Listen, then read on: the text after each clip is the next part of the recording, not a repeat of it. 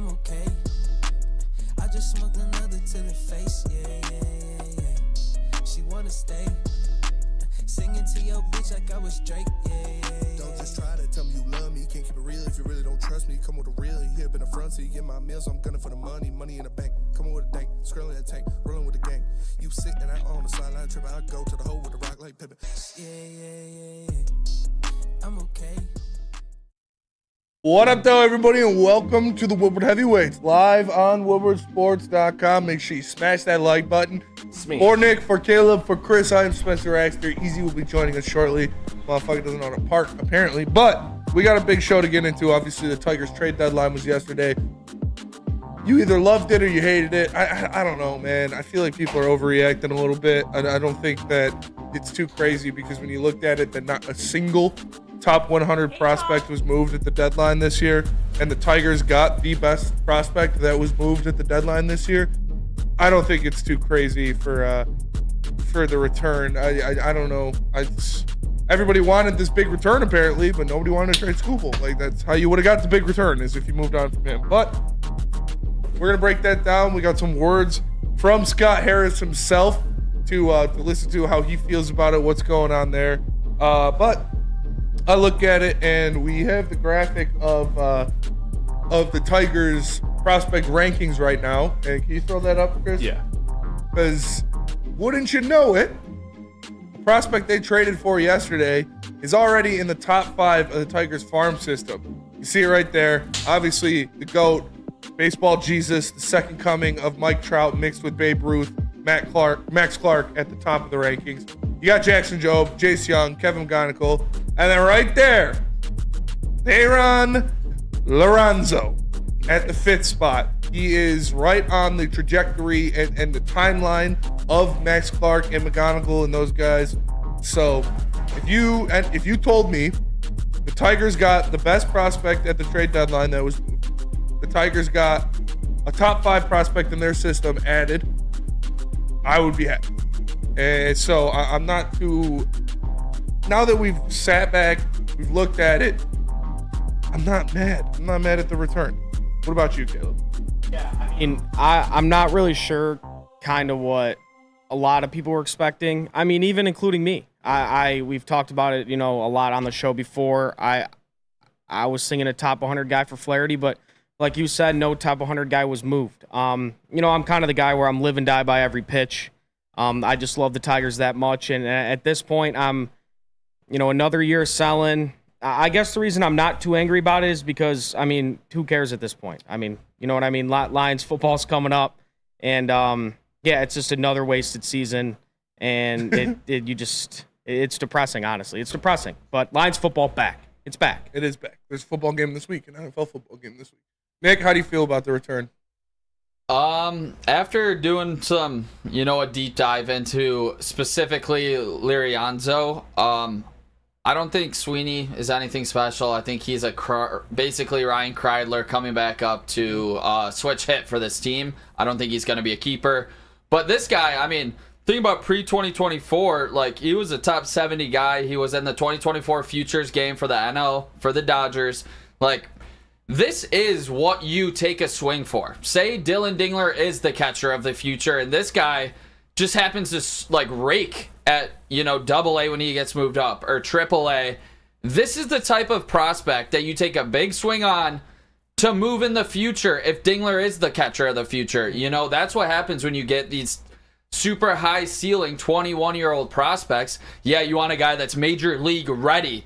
But this is how you build your farm system to then ship it out in the future if you do want to go get somebody that's MLB ready and somebody that can actually add to your team, and you're not putting all that weight on as a 22, 23, 24-year-old, which we've seen this Tiger organization do many times, and they've failed. Shout out Spencer Torkelson. But I'm feeling a lot better than I thought I would. I'm happy we kept Scooball. Shout out Jackson Holliday hitting a grand slam today in his after getting called back up to the majors. But yeah, I'm happy with it. Honestly, he was a pitcher who got injured twice. He had 2 back injections. Like, to get around a top 100 guy, I'm extremely thrilled with that. All right, for sure, agree with all of that. But we got the Olympics planned right now, and it's 3-on-3 basketball. 3-on-3 basketball. They got Jimmer Fredette in here, and we're losing to Poland. Like, what are we doing? We got one black guy on the team. I understand it's 3-on-3 basketball, and it's not as, established as actual basketball in the Olympics, but, like, we should have better players in there than Jimmer Fredette. It's still a medal you can win. Like, what the fuck, Dude, man? where is Kevin Knox? Yeah. Somebody call Kevin Put Kevin Knox out there. Like, what are we doing? Are you just calling him Jimmer Fredette because he's white, or was that for real Jimmer? No, it was for real Jimmer Fredette. Are you sure? Yes. And they're 0-2, and he's been horrific in, I believe, both games. I don't know the stats for this game, but I know the first game he was horrific, and I just watched him miss a shot in the clutch. So he's been terrible. Yeah, man. what are we doing here? Is it half court? Yeah. Yeah. Why don't you put some demons out? Put Cade on the 3-on-3 team. Honestly. Like, what? Scotty Barnes. Put those guys out there that aren't the USA Select. Imagine if our 3-on-3 team was Cade, Scotty Barnes, and Jalen Durant. We'd Cooper win Flag. gold. There's so many people. Like Cooper Flag. I mean, like, that's kind of crazy. If you could There's put only one together- brother on the 3-on-3 team. Who is it? Who is it? It's Kareem Maddox. Not Oh, sure. he's good. No disrespect I whatsoever, don't but know I'm who the sorry hell to he is. tell everybody the Never truth. heard of him. There are millions of people I would rather have on that team other than whoever that guy is. Yeah. Like, what? Come on. I understand it's not as prestigious, but it's still an Olympic event. I know. That's literally a free medal. Like introducing 3-on-3 basketball. That's like a free. That should be a free medal for men's Olympic. Like Put the big three in there. Screw it. Yeah, put in dude, all those put Michael NBA vets. Beasley out there. For Michael real. Beasley, Jeff Teague, and An Ice Cube. yeah, and Ice Cube, dude. It still would. Michael Beasley would absolutely torch these guys. Yeah, we got a whole ass league for this. Why aren't the best big three teams doing this? What the fuck is going on, Ice Cube? At least That's a ball drop. Yeah. That's You really- literally have yeah. the big three league. Why aren't your all-stars playing in the Olympics? They'd be better than Jimmer. I would It's much literally rather have free Michael Beasley out there than international Jimmer. promotion. yeah. Literally free international promotion. Yeah, dude. Michael Beasley, like I said, Jeff Teague, Steven Jackson. Does he still play in the big three? He's got the pod now. I forget who just balled out though. Was it Jeff Teague that I saw? Jeff Teague, yeah. Yeah, he's Jeff balling. Teague's got a pod. Dude, Jeff Teague is funny. His Yeah. pod is good. He is He's funny. hilarious. For as quiet as I've always thought he was my entire life. Never would have thought he was funny. Yeah, I never thought he'd talk as much shit. Shout out as Gun he Guy. does Take on your the pod. pants off. Yeah, but Shout like, out. like DNC said, there's literally a 3v3 league. Yeah. But we got Jimmer out there with a taper fade looking like, I don't know, man. Looking like a high school basketball coach. Yeah. Now that there are, I'm looking at the 3-on-3 league right now. Trying to see who their MVP was. Regardless. Dude, I That's pretty guarantee embarrassing for the United Luigi Jatomi is playing for Italy's 3v3 Olympic team. Like, could come pay, on, bro. We like, gotta be Killian able to Hayes is beat these probably guys. playing for France's 3-on-3 team. Killian got cut from that. I know that. The M- 3-on-3 team? Yeah.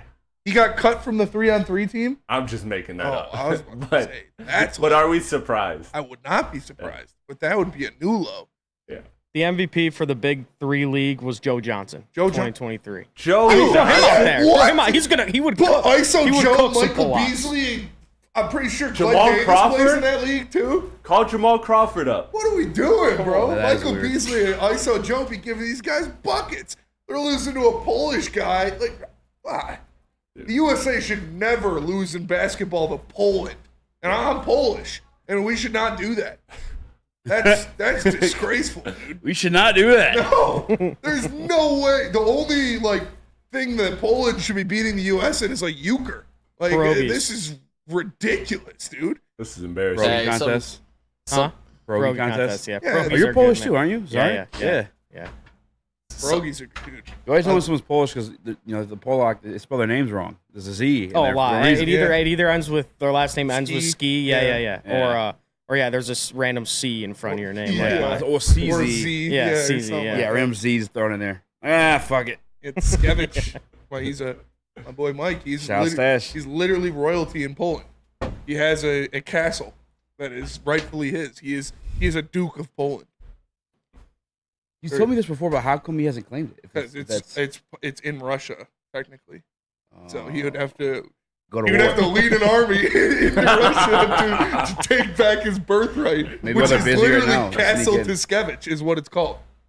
I'm Googling. And he is I think he's the youngest male of the Tiskevich household. So he'd have to kill off his brothers, Yeah. who just got married. How, you know how to spell his name? I've seen him fight before. Stash one. Huh? Tiskevich. Tyskiewcz, I think. ICZ? Yeah. I don't see Yeah, it. it is. Yeah, dude, I told you. Castle Think. Tiskevich. Oh, let me make sure we It's do like it. Poland got like part of it got annexed by Oh, Russia. Palace. Yeah. Palace Tiskevich. And Lynn Tavares. It's actually beautiful. Steve-O Baby, I love dill pickle soup. Very good. My mom Wait. makes really good dill pickle soup. How did his family end up here in Warren? They were like They were conquerors. Royalty. It's just- I mean, what happens, man? no, there's a story. I mean, They I'm got probably a overthrown war. by Russia. They can't add sure. That's probably what it is. Look at this guy. Look at him. 2 Look at him. points. Look at him. And they're interviewing him. That guy's got to be 40. It's in Lithuania. That guy's got to be 40, right? You're telling me ISO Joe and Michael Beasley aren't going to be putting up better numbers than him? Get out of here. This is a thumbnail. Ice Cube, what are you doing? You want to play a video of Matt Dujon? Did you see this yesterday? Is that the? We got a Dude. video of Scott Harris. But yeah. Oh yeah. Oh yeah. We can do that going into the next. I will play that. No sound, right? Do the Matthew Judon video, yeah. No sound. Just to be. I Yeah, yeah, no sound. Yeah. Okay. Well, it's just. I guess Yeah. we had to play it. What does he Just do? There we go. Walked off of practice. Him and Coach Dramel, they got into it. Now I know this is speculating. People think he's coming to Detroit. Obviously, Detroit would be a great landing spot for him. But in training camp, Him and who got into it? Dramel? yeah, head coach. Why don't you stand up, say something about not wanting to do something, then walking away. It's over. They just re-signed a defensive tackle too. Sorry, you guys are talking baseball. I just threw that in there, but No, that's fine. We Yeah. only got like 2 minutes left, and then we'll go back to baseball. I guess I'm sticking with like the take that won't happen until the deadline. I mean, he's in a contract dispute. Yeah. And his coach probably came up to him and said, like, if you're going to be out here, you might as well practice or something like that. I Yeah. guarantee that's what it was. Because, he's a former player. So he's like, if you're going to be out here, you might as well be doing something with the team. And he probably said, no, fucking pay me or I'm not doing anything. Yeah. And Yeah. so I bet the coach was like, all right, then get out. Yeah, they have probably a piss poor attitude too. Like, yeah, if you're not, Yeah. I'd rather just not be here than be here with a shitty attitude. Yeah, what the fuck? We got like a lot of like a big young core they're trying to usher in. It's his first time coaching. Like you're fucking with me now. At Yeah. this point. And I don't blame either of them for this. No, I Matt don't. Judon, I wouldn't lift a finger until they paid me. And I agree, Coach Mayo, you're trying to set a precedent. You don't need to see the young guys see that. I'm cool with both ways of this. Now it's the point where he's getting. Actually, no, the Lions aren't going to trade for him because he's going to want money. Yes, he's going to want to get paid. Yeah, no, it's not going to happen. Former middle linebacker too, leader of the defense. Gerard Mayo, Gerard Yeah. Mayo, yeah. You know exactly Florida what Gator. goes in and national champion. what goes into camp. So I don't see an issue with that problem at all. One question I have for you guys though: did you guys see the IU dapping up Lynch and I did. Shanahan? Looks like that's done. What That was the like- deal's that was done, definitely- or that I mean- was a goodbye done? Oh no, it looks like a deal's done. That was like congratulatory. Like, I'm glad we're good now. Type of depth. Did you see it? No. I saw it we'll the pull the other way. video. I saw it the other way. Saw it the other way? Thanks for everything, man. We had a good run. No way. I don't think it would happen there though. Was it on the practice field? Yeah. Yeah, I don't know. I think that's like all right, we're ready to go. Congratulatory. Yeah, exactly. Did other players dap him up? Because like we saw when Well, he was still doing his We- sit in. They're calling it. we saw when Taylor Decker got re-signed. It was Everybody just, walked up to him and started dapping him up and hugging him and shit. No, it was just from what I saw, Lynch and Shanahan. Yeah. Oh, we need video Yeah, I of this. feel like- And they were Break very this nice. It down. was definitely congratulatory. I feel like Just if he giving, re-signed Brock Purdy, would have walked right up to him and dapped him up too. Yup. Well, I mean, and that's probably Debo. happened before. I mean, it's like a 30-second clip. Speculation. I think you're way off of this, Nick. I think Just rewatch it right now. I think sorry. you know. Nope. I think you're wrong. Well, How about that? we are gonna go to break though. When we get back, I'll play the video. I'll chat decide yourself. Play that. Yeah, tell us about Mark White. I'll tell you guys about Mark White. If you're looking to get traded from San Francisco or New England, I would just call my guy Mark White.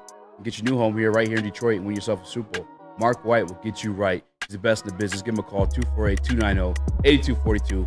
or visit them online, markwhitesales.com. It's 248-290-8242, or visit them online, markwhitesales.com.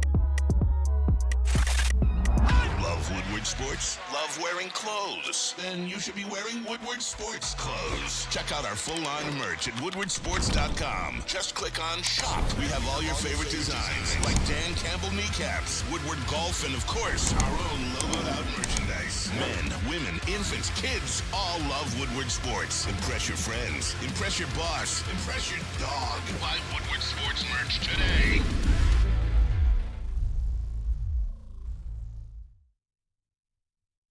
The Ally Challenge presented by McLaren is back August 22nd through 25th at Warwick Hills and Grand Blanc. Be there for PGA Tour Champions Golf, Family Night, concerts, and more. Tickets start at just $15. Get yours at allychallenge.com today.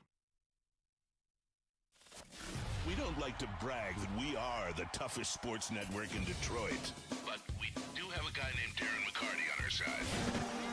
Woodward Sports.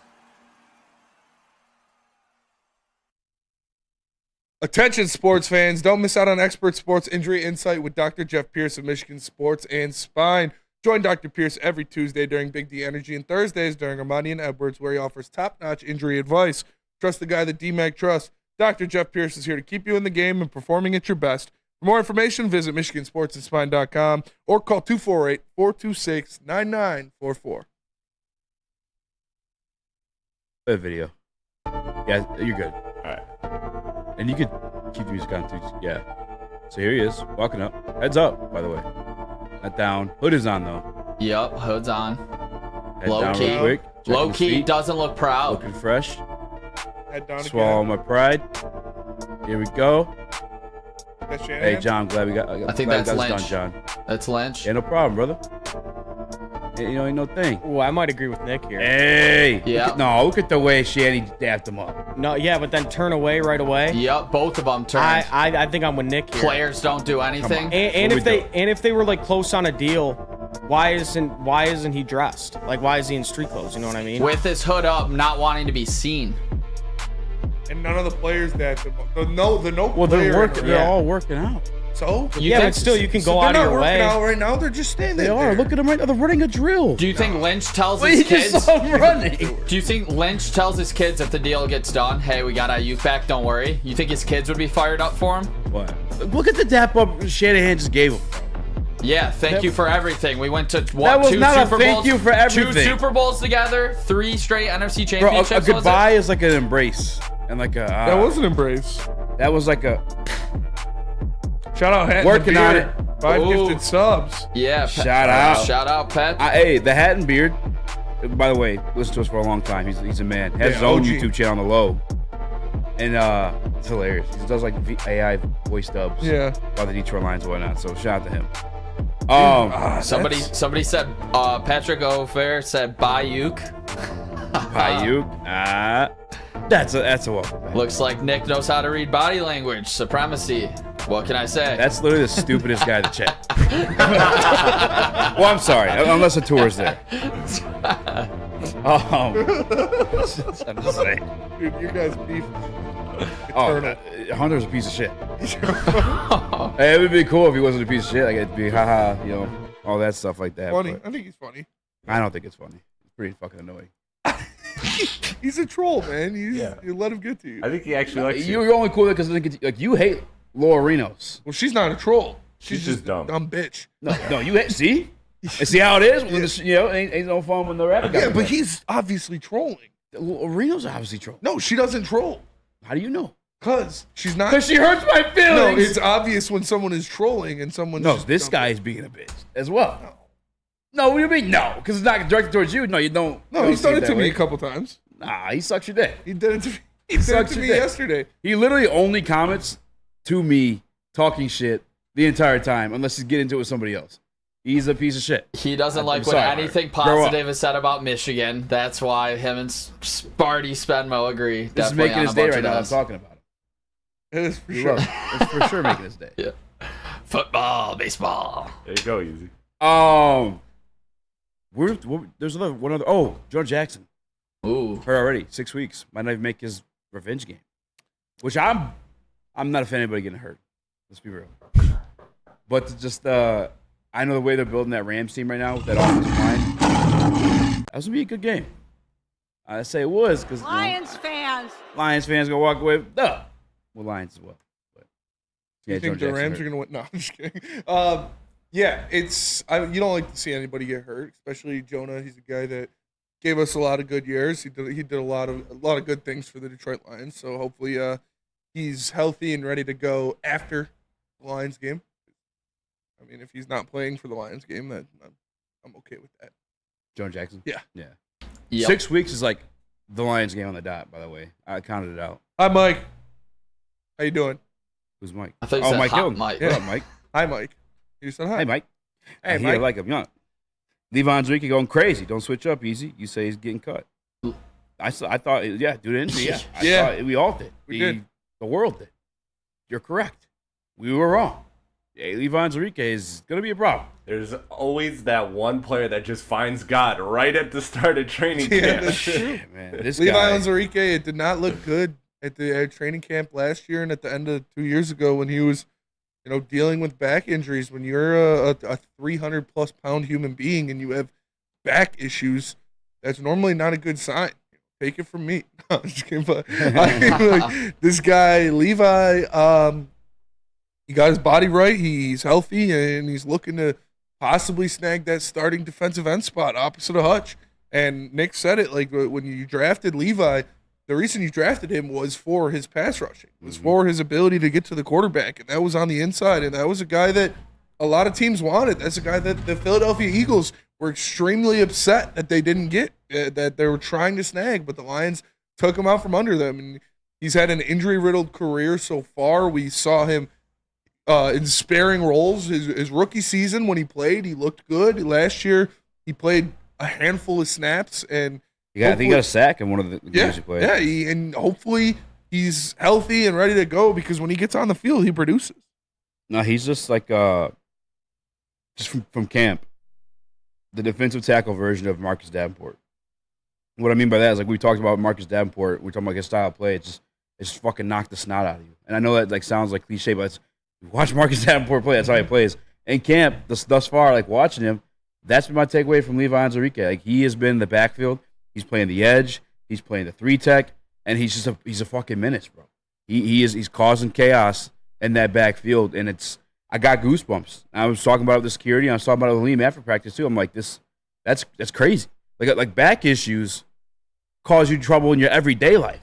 If anybody has ever had a sciatica nerve or just any type of back issue, it fucking sucks. Just walking to work or walking to your desk, wherever the hell you're doing. This guy's battling 300-pound men and winning. Yeah. Levi Onwuzurike, yeah, and that's part of the reason too. I don't think we're going to trade for Matt Judon. And one, obviously the contract I just don't think it's happening now because it sounds like he wants to get paid. Two, I think we're kind of happy with the guys, like we said yesterday. They're kind of just a mixture of different edges. Whatever your flavor is, whatever you want on that down, we have it. Flavor of the month. Yeah, Hutch is going to be out there for 90+% of the snaps. But on the other side, you've got guys like Marcus Davenport, if he can stay healthy, that can play some snaps. You've got James Houston, who is a pass rush specialist. You've got a bunch of guys that can fit different roles. So it's kind of going to be a patchwork other end. And I'm not too mad at that because, like I said, you've got Aiden Hutchinson. You've got your blue chip. Your defensive tackle situation is figured out. So if you have to patchwork that other defensive end, that's not the worst thing. I mean, one spot on your defense not being concrete is not a terrible thing. Yeah, it's not like they're bums either. Yeah, exactly. Yeah, and even if they aren't like the best, they're still, again, it's back to the flavor thing. They still have something to offer in some form or fashion. There's different varieties of it. Like Levi, gonna knock the snot out of you. Marcus Davenport, gonna knock the snot out of you. James Houston, he's gonna bend around you. Pause. It's got whatever you need, really. Caleb? Yeah, I'm really hoping one of these guys and it's looking like it's going to be Levi, that kind of, puts themselves over everybody else. Because obviously it's nice to have a guy, that can play 80+% of the snaps alongside Hutch. But like you said, Spenny, I'm totally okay with, the rotation of, James Houston on the third downs and Marcus Davenport and Levi Onwuzurike, on the first and second downs. I'm totally okay with that. But yeah, I'm hoping Levi can solidify himself during training camp and the preseason and maybe even the first couple weeks of the year that he could be the guy 80%, of the snaps alongside Hutch. We have a quote from Dan Campbell. Do you have that in there, Chris? Yeah. Let me find it. This one was wild. Like, straight up. I think that was today, Straight up. Yeah, that was crazy to hear Dan Campbell speaking so highly of Levi because he does not hold anything back, like when talking about players. Like, he's not going to gas somebody up if they do not deserve it. When it comes to Dan Campbell, he speaks the truth.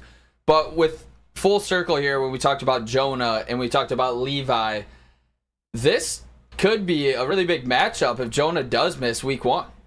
Like the way that this interior 100% our favor. offense, the interior of this defensive line and then the interior of that offensive line, if they're not on the same page, we've seen it in the past. If Stafford's getting flustered up the middle, that turns into a whole different ball game. If we're looking ahead to week 1 already, we never root for injuries here. Shout out Jonah for everything he did, but that could be a big matchup going into that ball game. Well, he's already injured. So it's not rooting for injuries. It's just he's hurt. Take a couple extra weeks, Jonah. Make sure you're right. Yeah, you don't got to rush back. If Jonah doesn't play and Reader's healthy, that O-line's going to get eaten up week 1. For sure. It's going to get eaten alive.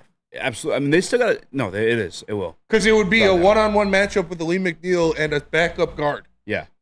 Or Reader. And backup like offensive linemen, and it's been like a trend for like the past couple of years. They're horrendously bad. Yes. Backup offensive linemen, no matter where you are, it's pretty fucking boring. It's like the salary cap when the salary cap got instituted in hockey. Like, you can't have extremely good third and fourth lines anymore. Yeah. Like your fourth line. Situation. You're not going to have Draper, Maltby, and McCarty as your fourth line. Yeah, like, that just doesn't work anymore. So here is that quote from Campbell too. It's basically say it's clear that he's one of the best.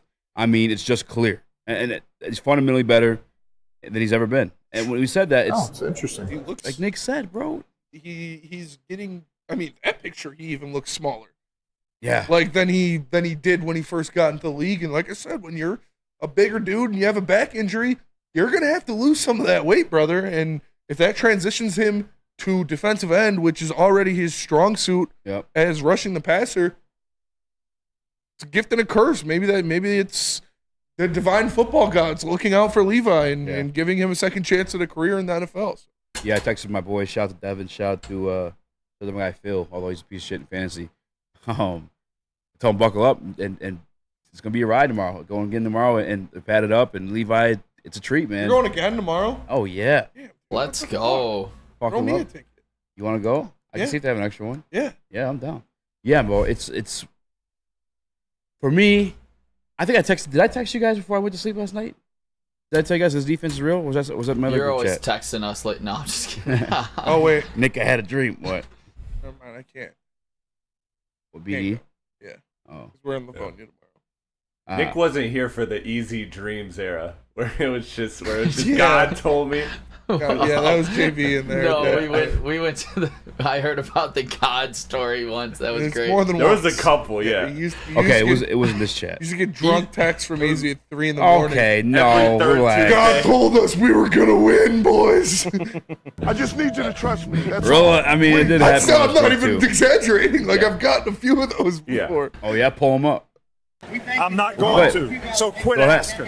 But the defense is real. It's fucking real. The defensive line. Actually, when we get back, I'll grab Hutch. I have Hutch talking about it. Let's go. How about that?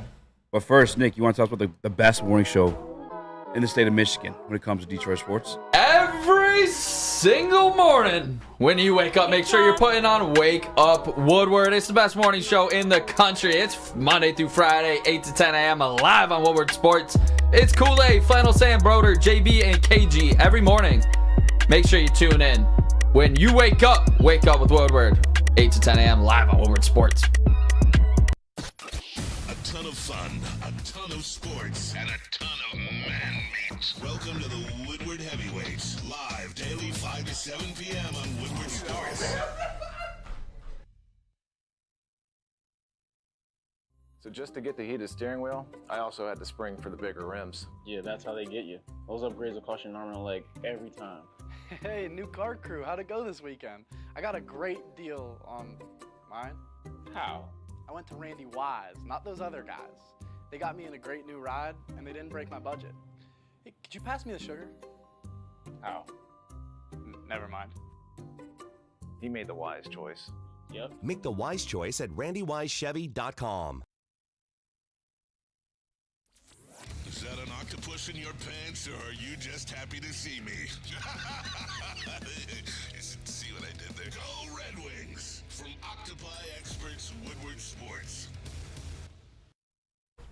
Since 1996, Feldman Automotive has been driven to provide a fast, convenient, and first-class car buying experience called the Feldman Advantage. With 18 locations, there's a Feldman dealership in your backyard. Visit FeldmanAuto.com to find the location nearest you. And catch Woodward Sports Network live from Feldman Chevrolet of Novi every other Monday.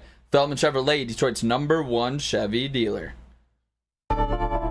What up, though? Welcome back to Woodward Heavyweights live on WoodSports.com. I'm Easy, joined by Spenny Rex, young Chris, Nicholas Kohloff. Let's go. The microwave Mario. We got Caleb, the colorblind, in the building as well. Caleb, the What was it? The Calm. The Calm. Yesterday. Smash that like button, be a friend, tell a friend, and also recommend a C word we can call Caleb. Yeah. Caleb, the cunt. Knew it was coming. I had to do like a little Australian accent. Yeah, I gotta I guess. throw the Australian accent in there because they say it all the time. They're cool with it. Oi, Homelander. Oi, Homelander. Homelander. Me wife. You're right, my wife. But in the break, Easy said that I wouldn't be able to find us having a conversation about God. So I went through our texts and I typed in God as the keyword. And there was a couple that came up immediately. And one of our conversations about God went like this. Because I'm Kanye now. Bring in a big titty bitch. She's like, my God, dude, that bitch's tits are perfect. It makes no sense. She's so skinny. I said, literally insane. Makes absolutely no sense. So you can see God is present in a lot of our conversations. Amen. God is the central theme. God has blessed that woman. If any of you guys have seen Kanye's wife going viral lately, my God. Yeah, You know what? Let me hit that. And like I said, can Kanye tell they're West natty. said it in a song, and he never fucking lied. What do you say? There's 1,000 yous, there's only one of me. Lord, amen. Praise Jesus. Sorry, Kim, but what's her name? Brianna Sensory or I believe so. She's way higher Bianca, than I think, right? Bianca Sensory. That's what it Bianca is. Sensory? They're natural. They're natural, bro. They're Big. Talk about big Natties. like we talk about Lola Bunny's big naturals. Bianca Sensory's big naturals are insane, dude. Speaking of big naturals, the Detroit Lions defensive line has been showing out. Chris, were you able to grab that video? Yeah, which one do you want first? The one you first had in, or The one you new just sent. The one you just got. All right, playing it now. This year already feels different, with the new D-line coach, a couple new additions in the room. I think this is the best I've seen us perform in camp up to this point. It's my third camp now here, so it's really fun to watch. We're really getting after it. We're coming off the ball. We're striking blocks. It's been a lot of fun this camp. Honestly, just feels like we got revitalized energy, and it's amazing.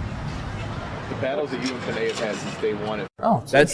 We're not at camp fangirling over like what we're seeing in the field. Like the defensive line it's legit, and I don't know if it's gonna be where we had them ranked. I think we did a ranking. We had them number 6, you and I, or somewhere along those lines. But we have one of the best offensive lines in the league. We know that. Yes. Like that is based off merit. We saw it in action last year. We added a Pro Bowl guard to it, and Kevin Zeitler. We know that's still an elite line. Jared Goff is getting pressure. Jared Goff is getting like the ball forced out of his hands like earlier than he wants to, moving off of his platform. And it's this defensive line. Yeah. It's not to the point where it's like Hutch opening things up for other guys, like I was kind of saying with Ali McNeil. It's the guys like Levi Enrique stepping up. Even Kyle Peko is making plays out there. Like this defensive line, and a lot of it, man, a lot of it's got to do with Terrell Williams. It really does. Dan Campbell made note of it, but it's noticeably different. And I can't wait to get back out there. If you guys haven't been out there, find some tickets and go. I wish you could go. Yeah. Because it feels good because we know the offensive part is on lock. And you look at what Dan Campbell said about the offense being football 401. It's a graduate course. They're ready to go. They've studied it and they're executing on all facets. This defense is like football 201. Like it's a second level course because they finally have all the pieces in place. They finally have the guys they want. Aaron Glenn finally has the pieces in his system that he wants and that he can run. We saw it at the end of the year last year when he instituted guys like Ife Melifonwu into that system, how big of an impact he made because that's a guy he likes. He finally has guys in press man coverage in this system that he likes and he can use. And this defensive line is rounding into form. with who Dan Campbell said as the best defensive line coach in the NFL in Terrell Williams. So I expect them to take a big jump. I said top 10 defense earlier this year. I'm going to stick with that because you look at them, they no doubt in my mind have a absolute guaranteed top 5 run defense in the NFL. You give them a middle of the pack pass defense, and that is a top 10 defense. So I completely expect them to follow that. And a jump from Jack Campbell, a jump from Aiden Hutchinson, competent cornerbacks, literally just not the worst cornerbacks in the NFL. And you would have had a top 15 defense last year. So I'm ready for it. I'm excited to see these guys go to work. And Aiden cannot stop glowing about the defense every interview he has. I even caught an interview with Alex Zanoni on NFL Network, and obviously your teammates, your rivalry teammates, you don't want to throw anybody under the bus, but he was kind of talking about the difference in the secondary from last year to this year, and having young guys that are hungry out there and want to make plays, and it's something they didn't have last year.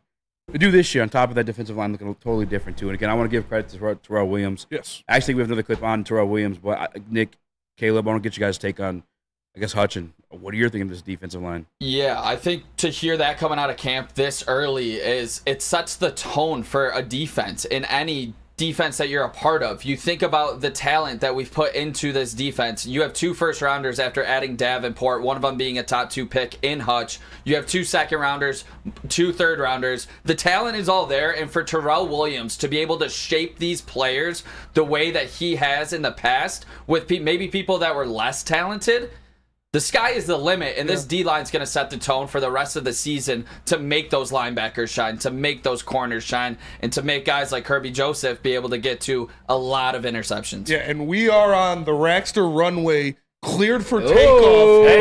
Okay. That defense has us ready to go. All right, Caleb. Sorry, I just thought of it. Let's go. Yeah, I saw you grab the mic. I was like, oh, you got something. Yeah, the personnel added to the defensive line it's really important, for Hutch. He had 11 sacks last year with really no help on that defensive line besides Aleem McNeil, who was hurt for a lot of the year. And the secondary, and you said them being able to play like press coverage, man coverage, and giving Hutch more time to get to the quarterback. That's going to be really important. But yeah, with Terrell Williams, this talent he has on this defensive line, I'm really excited to see what he can do with them. And speaking of which, quick sidebar. On the way back from Colorado, flight back, I watched the new Top Gun movie. And if you watch Top Gun while you're in a plane, I was thinking, this pilot's a pussy. Like, do a barrel roll or something. But yeah, that's a good movie. Steve-O, baby. I'm sorry, but I had to see it on the football field. And Steve-O, that's totally fine. Like I understand that. I've been blessed with opportunities to see it on the football field multiple times now. I'd smile like a fool last night. I was just cheesing. I did a stream with Dion, and we were talking about it, and I just got to smile like an idiot, man. I see it in this defensive line, man. As long as everybody stays healthy, obviously, knock on wood. But I mean, you look at it, you've got an undeniable. I know Madden doesn't have him there. I don't give a fuck. Aiden Hutchinson is a top 6 defensive end in the NFL. What Madden came out? Hutch? Madden came out, yeah. Hutch wasn't even in the top 10 for defensive end. Wow. Dexter Lawrence was ahead of him. Josh Allen was ahead of him. Defensive tackle, though. They said defensive line. No, Dexter Lawrence. Or I'm sorry, DeMarcus Lawrence. Oh. DeMarcus Lawrence was ahead of him. Josh Allen, Josh Hines Allen, old ketchup loving ass. Josh Allen's actually he's not better than Hutch. I don't care. He's out there. Hutch should have been 6 in my book. It went. Hold on. You're Mr. Maybe I'm confused with Neil, so I apologize if I am. Your Mr. didn't give shit for pressures. You wanted the sacks. No, yeah, but he's still. He got sacks. 11. Yeah, and then Allen had 17, 4, and then 4 in the playoffs. That's little Chris. He had 3 in the playoffs. Yeah, still, and a tip ball. Hutch the fucking man. Hutch is the man. He's the man. He's a top 6 defensive end. You've got DJ Reader. See how he's excited about this fucking defense. Yeah, you've got DJ Reader, who's a top 5 defensive tackle in the NFL. Aleem what? McNeil, top 5? Top 5 defensive tackle in the NFL. I thought you said Aleem. No, you got Aleem McNeil, who is poised for a breakout to be hopefully pushing into the top 10. A couple sack artists on the other side, and a good rotation. Like, with the best defensive line coach in the NFL, we're gonna see some nastiness out of Terrell Williams and Aaron Glenn, with the comfortability they have with their personnel. they're going to get freaky with these guys. We're going to see some stunts. We're going to see Hutch on the inside. We're going to see a lot of different things going on, and I'm excited for it. 11.5 sacks. Caleb the Casual says Detroit supremacy. That's what I said. It is funny when it's not me. I told you, dude. I said that. I said 11.5. Hey, real quick, Carl Coley, tell your dad I'm sorry. I have ADD, and I'll be clicking the pen. That's what I do. I hide it at the table now. Carl Cooley or Collie? Put the damn pen down. Oh, you keep clicking the pen? I hope his dad's old. Put the damn pen down! ADD, that's a nice word for it.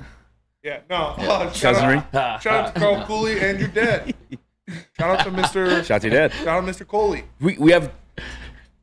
We'll just go back. We'll go early. Come back to the next Hutch clip. Is that cool? Yeah. All right. We'll go early. It's 1 minute. Yeah. Tell us about Swiss. I'll tell you about Swiss, guys. It's the best insurance in the game. Whether you're insuring your car, insuring your home, whatever it may be, Mark with Swiss Insurance will get you right. Give them a direct call, 313-530-1698. That's 313-530-1698. Or contact him via email, mark@swissins.com, while Spenny tells you about the Ally golf thing. The Ally Challenge presented by McLaren is back August 22nd through the 25th at Warwick Hills. Leave the golf to the pros, but don't miss the party at 17. $2 birdie beers, concerts, and more. Get your tickets at allychallenge.com. Brought to you by Randy Wise Automotive. And if you are there, we're going to be there. If you want to buy beer for D-Mac, I am his licensed beer drinker, so you could just give it to me. Congratulations to the real Coach of the Year, Motor City Dan Campbell. Just put your head down and go to work. It's about to be fun, man. It's about to be fun. Woodward Sports. Walk into any Lady Jane's Haircuts for Men for an award-winning haircut experience from one of our talented stylists. Enjoy a precision haircut, hot lather neck shave, scalp and neck massage, and a hot towel treatment to top it off. Enter for your chance to win the $50,000 Perfect Bracket Challenge. With more than 25 Metro Detroit locations, there's always a Lady Jane's near you. Lady Jane's Haircut for Men, open 7 days a week. Walk in anytime. Lady Jane's, it's wicked awesome. Thank you to the Detroit Lions and Sheila Ham for the best season in Lions history. Now it's time to let Brad Holmes cook. Woodward Sports. Randy Wise, Celebrity Golf Tour, guys. Make sure you scan the QR code above my head. Join the likes of Calvin Johnson and Braylon Edwards on the University of Michigan Golf Course. The only way to do so is with the Randy Wise Celebrity Golf Tour. Complete our foursome. Pause and scan the QR code. Is that kind of like the culmination of everybody's mindsets coming together and staying healthy? If I'm being honest, I think a lot of it is our new coach that we got. I think T has been one of those guys that he just everything we do, you just pull the trigger. All he really focuses on is getting off the ball, striking blocks, and the rest of it will take care of itself. And I feel like that mindset is very liberating for a lot of D linemen to not focus on, not be so. I don't know what the word is, but not to be so strict about this block that way. But if we're just getting knocked back and we're just going as hard as we can, we're going to create a lot of pressure and disruption. What up, welcome back to World Heavyweights live at WorldSports.com. There's Aiden Hutchinson speaking on the new defensive line coach, Terrell Williams, the guy that Dan Campbell called the best defensive line coach in the league. Good. If you seem a little bit distracted like myself in that video, there was a kid hanging over a railing, and everyone was like, "Where the fuck's this kid's parents?" He's gonna fall. Literally in the middle of the interview, he's like, "I'm sorry, that's very distracting. So let you get him." But yeah, man, we talked about it. It's obviously different. We say it all the time too, a confirmation bias. It's always different when a Dan Campbell says it, and he called Terrell Williams the best defensive line coach in the league. And then you're having Hutch. You're seeing it on the field, by the way. Shout out to Steve O'Baby. Let me see on the field. I've been seeing it on the field, and Hutch directly is giving credit to this guy, Terrell Williams. And this is just the fucking beginning. This is not a full season with this guy, Terrell Williams, in their ear, watching tape with them. We got to walk through the Meyer Performance Institute, too, by the way. And it was kind of cool because they have, the offensive fronts. We walked by the defensive line room of, I think they had L.A. That's fun. Yeah. They had L.A., Dallas. They had all their offensive line fronts, though. And I'm just wondering, what Terrell Williams is like. Cooking up. I think he is, just cooking up different lines for that week. You know what I'm saying? How we're going to attack this team. How we kind of say, you might want to speed your guy this time. Yeah. You might want to, Levi Enrique this time. that's what good coaches do. They put their best players out there in the best situation for them to have success. Like you set guys up, you attack mismatches, and you put your guys in the spot where they can do the most damage. And obviously Hutch is going to do the most damage wherever he is, but you've got that plethora of pass rushers on the other side, whether it be a Pascal or a Levi or a John commit, or well, not John, RIP, but he's not dead. Yeah. Whether it be a Pascal or a Levi or a Davenport or a Houston, whoever it is, you can play it by ear and play it by, like, we talked about it with getting fresh legs in there. Like, imagine you're a left tackle and you're going up against Levi Onwuzurike and Marcus Davenport for 20 snaps in a row. And you've just got these big-bodied, physical dudes in there hitting you and hitting you and hitting you. And then immediately, boom, you put in James Houston. And he just gets right by you because you're normal big guy, and then James Houston's got that fast get off. Yeah. You can switch that, and you can make these big uglies, lull them to sleep, and then attack them with speed. So I'm excited for it. Pharrell Williams is mastermind, and I think we're going to be a pretty damn good defensive line.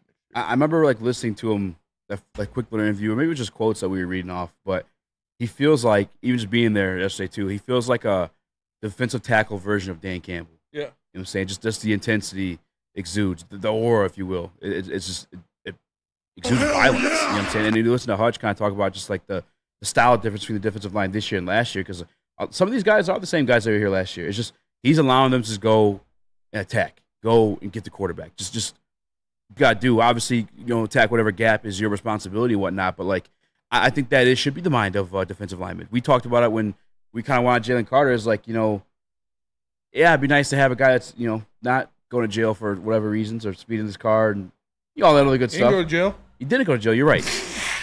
But we're like, nah, we met Warren Sapp. We kind of want some dogs. That guy is on all the time. Warren Sapp does not turn off, dude. That is for sure. Like, we want some assholes. Yeah. And that's especially just like on defensive line. Especially on the defensive line. Yes. It's the first point of contact in a football play. You're the closest to the football just to begin it with. I don't want nice guys playing defensive line. No. I want assholes. I want aggressive, angry, violent dudes playing defensive line. You are literally trying to move some other 300-pound human being and kill a ball carrier. Like, that's your whole job. I don't need a guy to do that and then tackle the running back and help him up and say, good job, and pat him on the ass. No, I want him to put his face in the dirt and then scream at him and get it. Like, that's what you need, that aggression. We had our running back, Rob Wheeler, came up from Texas, and his dad, old Texas dude, and he would just always be around. So he was like one of the assistant coaches. He'd be with the defensive line, be like, you knocked somebody's dick in the dirt. Yeah, dude, I was going to say that, but I didn't want to get paused by the chat, dude. Put their dick in the dirt. Like, that's what you have to do, man. Nick.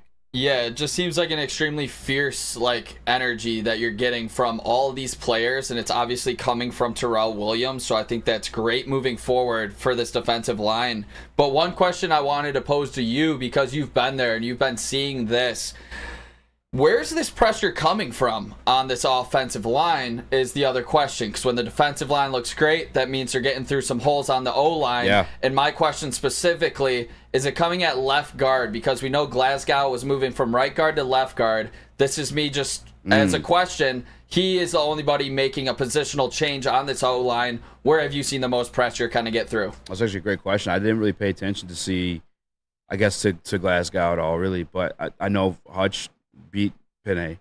They're kind of going back and forth, the iron sharpen iron thing. Yep. I know, and then, by the way, these two names I'm giving you guys were memorable because they're the best in the league. Penny and then Ragnow, he got ran over by a lean. So it's really just the entire defensive line. That's why Levi, obviously I didn't expect coming, so I think that's why I'm kind of emphasizing on him. He's also just a giant human being. Like he was brought there to be stout, massive, thick force. Pause. But that's just what he is. But the entire defensive line is truly performing, man. They really are, to the point where and there's one guy we'll probably get to a little bit later that I know some of you guys were hyped about. The great white truth, the big white truth, as Nick likes to call him. Big white truth. But no, the entire defensive line is kind of taking their turns, and even to the point where I think when I was smiling when Dean was talking about last night was he was talking about Mitchell Goudier, number 50 that we brought in. Even he's getting he's looking nice at certain times. It's It's everybody, really, Nick. It really is. But I will tomorrow. I'll make sure to keep an eye on Glasgow because that's a great point. Is if it is him? Yeah, right Might guard be some and left guard. cause for cause. Yeah. Just the only thing I was thinking about. That's a great point. Just if you are saying the D line's dominating in the offensive line in a spot, I'm not worried about Ragnow. I'm not worried about Sewell. But if it is continuously the left guard, the only guy that changed positions on this offensive line, maybe think twice about it. Shout out to USA Doubles. They just knocked out Rafa Nadal. What? Yes, sir. Wow. Shout out. Beat Spain. Let's USA go. Doubles tennis. That's awesome. Yeah. Cash the That is bet. awesome. No, I'm just kidding. Love to see that. Love to see that. But yeah, I'm excited for this defense, man. Yeah. I'm excited for these guys because we've got angry dudes at all three levels. Like DJ Reader seems nice, but he's not nice when he's on the field. I told you yesterday, he looked like a grizzly bear. Jack Campbell is a certified psychopath at linebacker. Yeah. We know Kirby Joseph is not nice when he's playing that back end. We know Carlton Davis is not nice. Terrion Arnold is going to talk his shit, and he's going to hit you. And that's why everybody on this defense likes to hit. Yeah. These corners like to hit. These safeties like to hit. Brian Branch will pop you in the mouth. Yeah. Dude, I'm excited to see his defense flying around and knocking dudes' helmets off. Kyle Pico, a guy I want to make note of just because I think he might. I don't know what the situation when DJ Reader's coming back, but in the absence of him, I feel like he might be the starter. It'd be between he and Broderick. Broderick, this isn't news from me, unless you guys don't listen to Dan Campbell, but he's kind of inconsistent, but still flashing more consistently than he did last year. We and Spenny we had tweets blow up last year because the first start in practice was Broderick, clashing with Dave Montgomery in the backfield. That's kind of all he gave you for the rest of that camp. It felt like this camp, he's hit or miss, and I feel like you heard Dan Campbell talk about it. It's either like his base isn't square, his fundamentals are off, or like he's too focused on those fundamentals where he's not able to enforce his body. He's fucking huge. Yeah. I mean, Marcus Davenport, by the way, you talk about Rodney Martin, he's bigger. He's bigger than Broderick? Yeah, he's not bigger. like wider. Broderick lost weight. Yeah. Yeah. No way. Like probably same width but taller. Fuck. Marcus Davenport's a big boy. Davenport was a beast coming out of UTSA. Yeah. He was first rounder. He's a fantastic player. He just can't stay healthy. Like if he plays, he's like a sack a game guy, but he just can't stay healthy. I'm looking up right now Marcus Davenport height and weight. 6'6", 265. God damn. You know what's crazy is that's the shooting guard. Yeah, that is crazy. At 265 though? Well, not 260. Yeah.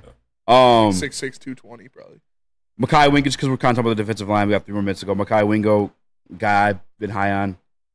He's a rookie. Yeah. He's a rookie, man. And it's Going crazy up against seeing the him. best offensive line in football. At one point, he was between it was Aiden, Broderick, Mekhi, and then Onzarike. He just looked like me in there. I was like, yo, is it my twin on it? He's so much smaller than the rest of those guys. Yeah. And he's quick. I haven't seen him get to the quarterbacks yet. It's when you're the biggest jump is he might have been the best dude in LSU, but you're going up against every single guy in the NFL who was the best guy in their college. Like it's a skill jump for a reason, and the speed and the physicality and the sheer size of the NFL, even from the SEC, is such a drastic difference that it's going to take some getting used to. He's got to learn how to use his leverage. He's got to learn how to use his speed, and I'm not worried about him though.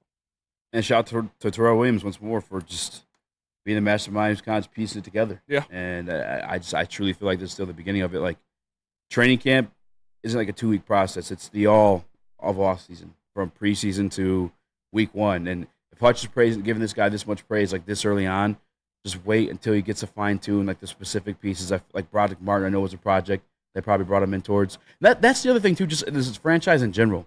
Just kind of just realizing where they are and just like not settling for anything for the fuck of it. And that's why I have faith in AG, because if he wasn't any good, I truly feel like he would have been fired if Dan Campbell didn't believe in him. I know that he's his boy and they're close, and maybe you could have that argument. I guess I couldn't deny that, but we saw it with Aubrey Pleasant as a secondary coach once upon a time. Yeah. Gone. We hired Dre Bly, who I wanted for a long time. Gone. The secondary wasn't good. Yeah. 2 years worth, the secondary wasn't good. They got rid of him. We hired who was the first guy who went to the Panthers, defensive line coach? Regardless. We had another gentleman last year. John Scott Jr. Yeah, John Scott Jr. last year. Gone. Like they're not. If you're not producing at these position groups that we want, and our pursuit of winning a championship, like we have to move on from you. After 1 year, these guys are gone. So Todd Walsh, thank you. And he's a phenomenal defensive line coach. He just dipped out, I think, for family reasons or whatever. Yeah. And regardless of the fact, though, like I believe in AG because he stuck around. If he wasn't that a good coach, or Dan Campbell didn't believe in him being a good coach, he would have fired him by now. Yeah, that's what happens. Dan Campbell is not someone who is just going to coddle these guys. You know, he's not a late stage Mark D'Antonio where he's just going to keep his friends around no matter what the results are. If you don't produce results, you're going to get the axe. Ask Anthony Lynn. Ask Dre Bly. Anthony Lynn, Dan Campbell was really close with too. Yeah. Very he was close. his mentor. He was a guy that helped him come along as head coach. He said, sorry, bud, offense is garbage. You got to go. We got a wunderkind behind you who's ready to take over. Like, sorry, old head. Graybush, you got to get to stepping. Like, if you don't produce, he's not gonna just let you sit there and take up space. So you fired John Scott Jr. because he wasn't cutting it, because the defensive line was subpar last year, and you bring in a guy that he is extremely high on, and the rest of the league is extremely high on as well, that has results-driven evidence that he is one of the best defensive line coaches in the NFL. So that's what happens. And then do I do this here, next segment, or do we just save it for later? Your boy Matthew Betts. We don't have to make a full segment out of it. I just have a video on it. This video on Matthew Betts? A video update on Matthew Was he Betts. getting cooked? From Dan? From Dan the Man Campbell.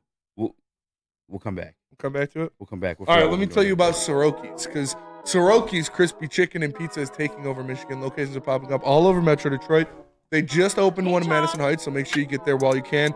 Known for their delicious chicken, great New York-style pizza, and the best biscuits in the game. To find one near you, go to Sorokis.com. Hey, if you're driving home right now, perfect place to stop for dinner. Soroki's, the whole family will love it. They got something for everybody. Sorokis.com. Sorokis, now that's crispy. The game is won in the trenches, and our big fellas don't mess around. The Woodward Heavyweights on Woodward Sports.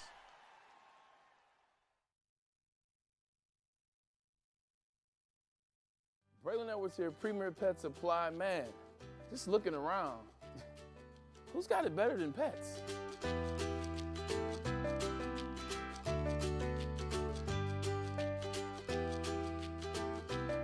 Come on, a baby stroller for Coda?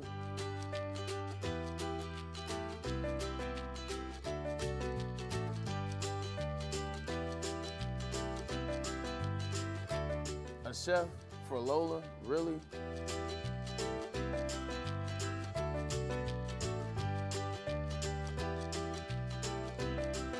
You don't have to tell me who the real boss here is. Who's got it better than pets? Nobody, especially here at Premier Pet Supply. For over 30 years and more than 13 locations, Premier Pet Supply has everything that your pet can dream of, and guess what? It's all under one roof. Premier Pet Supply, family owned, operated, and proud to call Metro Detroit home. Check out premierpetsupply.com or scan the QR code today. Who's got it better than pets? Nobody! When you run a great business for over 50 years, you expand and offer more products to more people. That's exactly what Les Stanford did by adding Les Stanford Buick GMC. Same great service the customers have come to know and trust on Woodward Avenue, just south of 9 Mile. Check out Les Stanford in Dearborn today and find the brands you want at lesstanford.com. Les Stanford, together. Let's ride. Betts had a good spring, and we were excited to see him at the Sam position. You know, that was not what we first thought of with him. It was more just kind of edge, the rush defensive end. And so we threw a lot at him at the Sam, and he started off pretty good, and then there's a lot in there. And as the install goes, it's a new position. Then I think he's playing a little bit slower than we would like. So we're going to take some of that off his plate before we start him back up in there a little bit, and just let him get his feet back under him. And I can't say that I'm surprised with that. I mean, it is. It's totally new, and he's a good athlete, out in space. So, man, he's working at it. He's getting better, and we're going to dial a little bit back and get him to where he gets his confidence back up.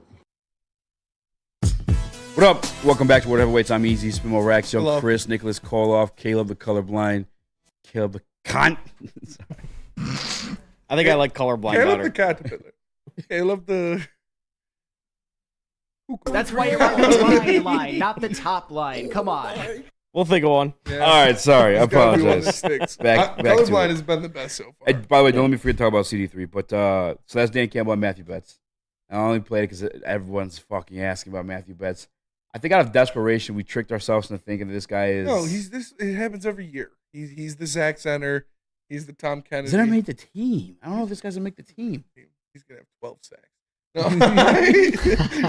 No, Dan Campbell's right. Like, you can't be surprised with that, with this being a little too much for him, because it's a big jump from the CFL. Like, no shit. So take a little bit off his plate, let him go out there. They liked what they saw out of him in the spring, so hopefully he can get his sea legs back under him, go out there and make some plays. He had one rep yesterday that I actually didn't catch it. Shout out to Dion. Dion's the one that caught it. Where I think on the last play of practice he got in the backfield, whatever. But I just wanted to calm Betts hype down, I guess. 12 sacks. Lock it in. That's Futures. Mitchell Goodyear, that's the guy I'm telling you. You guys want to be Yeah. hyped about, like a no-name guy? Sorry. Distraction. Apologize. Yeah, no apologies there. But Mitchell Goodyear is probably the guy I would hype up.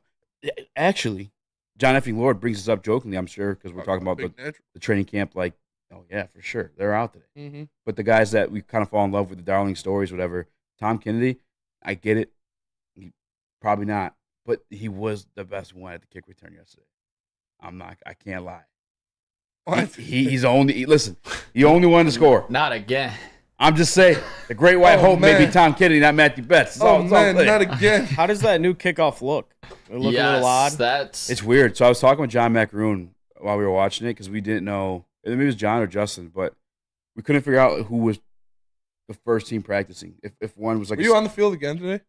No, but we didn't know if it was like a Skelly return team or a Skelly kickoff pissed. team. Yeah, You should have been pissed. That was beyond the field was fucking sick. Yeah, I'm not gonna lie. That was dope. Yeah, should have snuck in there before you said it. Really would have been like bragging to talk about it, but it was fucking awesome. Yeah, I'm not I gonna bet. lie. It was, Brad Holmes, Mike. Like everyone's just there chilling. Yeah. Ray Agnew. Ray Agnew's huge, by the way. He's a former defensive lineman. Anyway, but he's a great kisser too. Yeah. Phenomenal. How do you think I got those passes? Yeah. Hey, I'm not judging. Just like to shoot straight. I don't even remember what I was talking about. Yeah. The kickoff. You The new talking about- kickoff. Oh, yeah. Yeah, you couldn't really tell who was like the first team versus like just receiving stuff. So like that's what Justin was telling me. I think it was either Justin or John. I apologize for forgetting, but they're like, now be careful reporting on this one because we just don't know if that's the actual kickoff team and that's a Skelly return team, or if that's a Skelly kickoff team and that's the actual return guys. Because JMO was taking that kicks. I wanted to see Jameer back there, but he wasn't. But JMO was taking them. How do you feel about that? Reese Alexander, I love it. I think shout to Trav, by the way, on our social media team. I think he put it out there today already. JMO used to take back punts for Alabama. I think he had 2 in one game. Yeah, he was the gunner too on punt. Yeah, on punt, like he would go down and make tackles. Yeah, I love the idea. Just because the way the new kickoff is, the way I watch it was. I know Spenny don't like it. We already kind of talked about it when the kickoff No. was announced. Hard By the way, pass. why is it going viral? The onside kick is a thing that was announced when they made the rule. Yeah, they said you guys that a are while ago. turds. But anyway, it's like a running play essentially. Though you got the whole fucking everyone to block for you, then 2 guys catching the So ball. they're bringing back the wedge. Can you do the wedge block? Maybe, yeah. I don't know. What are they I know like? that got outlawed for like very fast. Are they like 5 yards apart? Everybody just lock arms, They're- run down the field. They're like right in front, kind of. Yeah. There's like a straight line, like right in front, and then they have to kick it like in between, like this dead zone. It's called. Yeah, like is the kickoff team and the kick return team like the front 10 lines? yards. 10 yards. 10 yards apart. I think, Yeah. right? And I'll find a graphic of it. And I they have it can't somewhere, start too. running until the Yeah, receiver catches yeah. it. Yeah, It's gonna- so it's essentially like a run play. So I don't think you're putting JMO at risk. And he used to take back kicks, and he runs the ball for us. I don't see the difference. I don't know about that. He's the clear-cut number Jameson Williams 2. should not be doing that at all. He's your number 2 receiver. You can't afford. for Deshaun him. Jackson did it as number 1. Yeah. And he was smaller. Yeah. True. But Different times. What do you mean? different leagues. Who's the guy? Different eras. By the rest of peace, a man who played for the Ravens just passed away recently. Oh, Jacoby Jones. He was not a He was top like receiver 3. receiver. Yeah, he was like receiver 3. You. That's why you don't see it throughout the league. Like, guys aren't doing that. Antonio Brown used to. Yeah, before once he was Antonio Brown. I think it's a contract. Like once you get the money, and you have so much invested in, you're like J-Mo doesn't have the money. That's what I'm saying. Put him on the. But still, I wouldn't do it. A I'm lot not taking of a our chance. offense and a lot of this year resides on the shoulders of James Williams, and returning kicks is not part of it. Hell no. I'm telling you, it's two people make J-Mo one. You guys see the Tyreek Hill returns punts right now. Oh yeah. I will say Does real he? quick, easy. Is Tyreek Hill punt return? No. He used to be for Kansas City an all-pro punt returner in his first season. But Dude, I will he's say so about fast. J-Mo, you pull it out in the big games and big games only. Like NFC, like playoffs is when I would do that. No, their punt returner is Braxton Berrios. Shout out. And Jalen Wright is their backup. I feel like he's like dating someone famous. Well, Alex Earl. Alex Earl. Who's that? Who? Braxton Berrios. Alex Earl? Who is that though? You don't know Alex Earl? Call her Daddy Cologne. Come on, guys. I mean, she's gorgeous. That's Braxton Berrios' Can't trust her. Don't even think she's hot. She's got 2 first names. That's Earl? true, you're right. Yeah, Earl. You never For a seen My girl- Name is Earl? I mean, somebody said I look like the guy, but You do. For a girl's Yeah, name. you do. For a girl's name. Nah, it's just 2 first names in general. Can't trust somebody with 2 first names, Especially a hoe. especially a hoe. So week 1, J-Mo's back there. You Can't pissed trust a off? hoe regularly. You pissed off Sunday Night I'm Football? not pissed off, no, but I just Nervous? You seem I would be pissed. nervous. So I yeah, I'd would be be. nervous every time. We Yeah. saw James Houston break his ankle playing special teams. It's football, Relax. man. It is Calm football. down. You know who our But coach is? I don't want to take unnecessary risks with a guy who is an important part of your hopefully number 1 offense in the NFL. Like, That's the other thing too, bro. That shit's legit. yeah, bro. Oh my God, bro. I don't want that. When you have a Khalifa Raymond, a Maurice Alexander, these guys like. Yeah. J-Mo, bro, when he catches it, it can just go anytime. Yeah, bro. Like off the line, Neil says it every his time. route running's better. Off the line, he's a little bit more physical. It's like, get the fuck off me. I gotta Yeah. get going. And like, yeah, once he catches that bitch, like I said, just Neil says it every If he- time when if you he- talk if he's- about J-Mo. When he gets the ball, you like sit up in your if he seat a little catches bit. that motherfucker in stride, yes, your ball hole's puckered. You pucker. Yeah, you pucker. Especially if the opposing team, like, oh, He's got the oh shit speed, dude. because there was one. It was 2 days ago, Tuesday. They were doing like the red zone drill or whatever, and it was like 20 yards ago or something like that. And it was like a clusterfuck because it's like limited space, you know. And so he caught it in the middle. I'm thinking like he's gonna go down right away, but he's just fucking too quick. Because he got it, they're like, oh fuck. They ended up going down, I think, like the 9-yard line or something like that. But yeah, he's the J-Mo hype is real too. Yeah. And I wouldn't mind if he's at kickoff return. I get the. I would guys be nervous every time. But the thing is, though, with that, the reason not to be nervous, this offense, very limited contributions from J-Mo last year, top 5 in the league still. Don't care. We're trying to win a Super Bowl. We're 1 game away. Yeah, well, I don't want to be 1 game away again. I want to catch it in. Yeah, I think it's probably going to be. I don't even think Vaki Craig? anymore. Because Vaki looked kind of sloppy. I don't. Like, Yeah. DPJ did it a little bit in Cleveland. Well, punt return. he was doing punt returns. DPJ was. Was that Maybe Khalif do kickoffs and Yeah, DPJ Khalif do kickoffs. punts? There's 2 guys on those kickoffs though. I just don't know who the second guy's going to be. Maurice? Yeah, it'd be lit. I mean, Because he's phenomenal. he's so good. It's a different style kickoff. Yeah. But Was it Reynolds? Reynolds was taking them too. Craig They was kind of have too. everybody back there. But again, I didn't know who was Skelly and who was Craig. Yeah. actually taking them. But they had J-Mo both ways. Not running on defense, but like returning them just to see. Yeah. So Yeah, we I know mean, what he it would be. He would we be know what it would electric. be. It would Yeah. be fucking awesome. I don't know if he was tired, like didn't want to do it because of the physicality of it. He did kind of look kind of Slow. Yeah, not himself. Like someone beat him to the edge. If I was him, I would be doglegging it too. I'm trying to make a name for myself and get paid this year. Yeah. I'm not trying to get hurt on kickoff. He feeds off the audience too. Anything J-Mo did there, fucking going crazy. He was loving it. Yeah, eat shit, Flannel. Yeah. What is Flannel really a hater, or is it like me and the golf thing? He's a hater. Called him a busting shit last year. Like, Flannel's a hater. Mic drop, I win, you lose. Flannel will admit he's a hater. Yeah. I mean, to that point though, It's definitely a lot of the golf shit with you too. Like the Simps is what gets him going, but he's also a hater. yeah. I would say he's more of a J-Mo hater than you are a golf hater. Yeah, I'm not really a golf. I mean, I hate golf fans. I was laughing about it You with don't JG like yesterday. I remember last Not year yet. when the J-Mo segment or J-Mo thing was going down and Flannel hit him with the J-Mo. That was right when Knights Is that supposed to be semen when he does that? What is that? I don't know, think so. It's hilarious though, and that's right when Knights was like getting going too, and that was like our first like battle because we were all J-Mo like super fans, so that was pretty fun. I was trying to get you and Neil going. Honestly, I'm not gonna lie, Nick. I'm proud of you. I want you and Neil to talk Michigan. It'd be a good.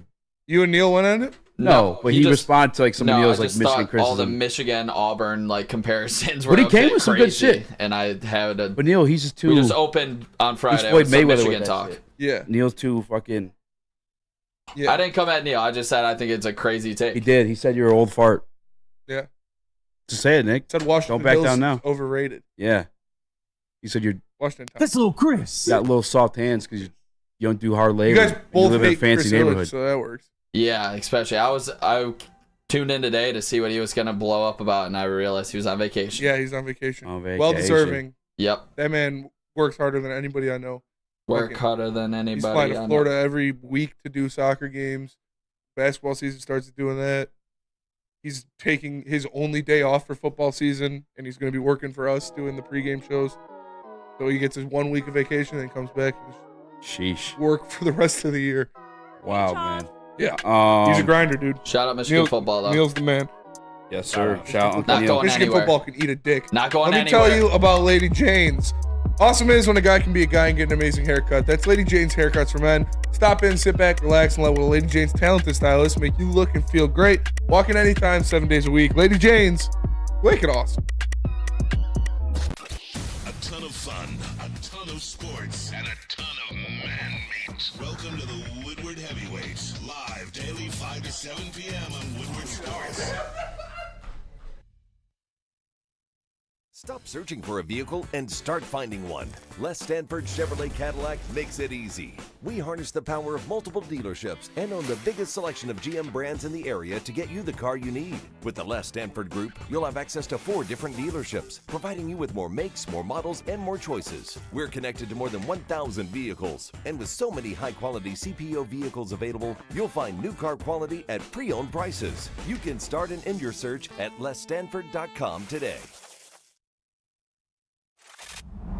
Love Woodward Sports? Love wearing clothes? Then you should be wearing Woodward Sports clothes. Check out our full line of merch at woodwardsports.com. Just click on shop. We have all your favorite designs, like Dan Campbell kneecaps, Woodward golf, and of course, our own logoed out merchandise. Men, women, infants, kids all love Woodward Sports. Impress your friends. Impress your boss. Impress your dog. Buy Woodward Sports merch today.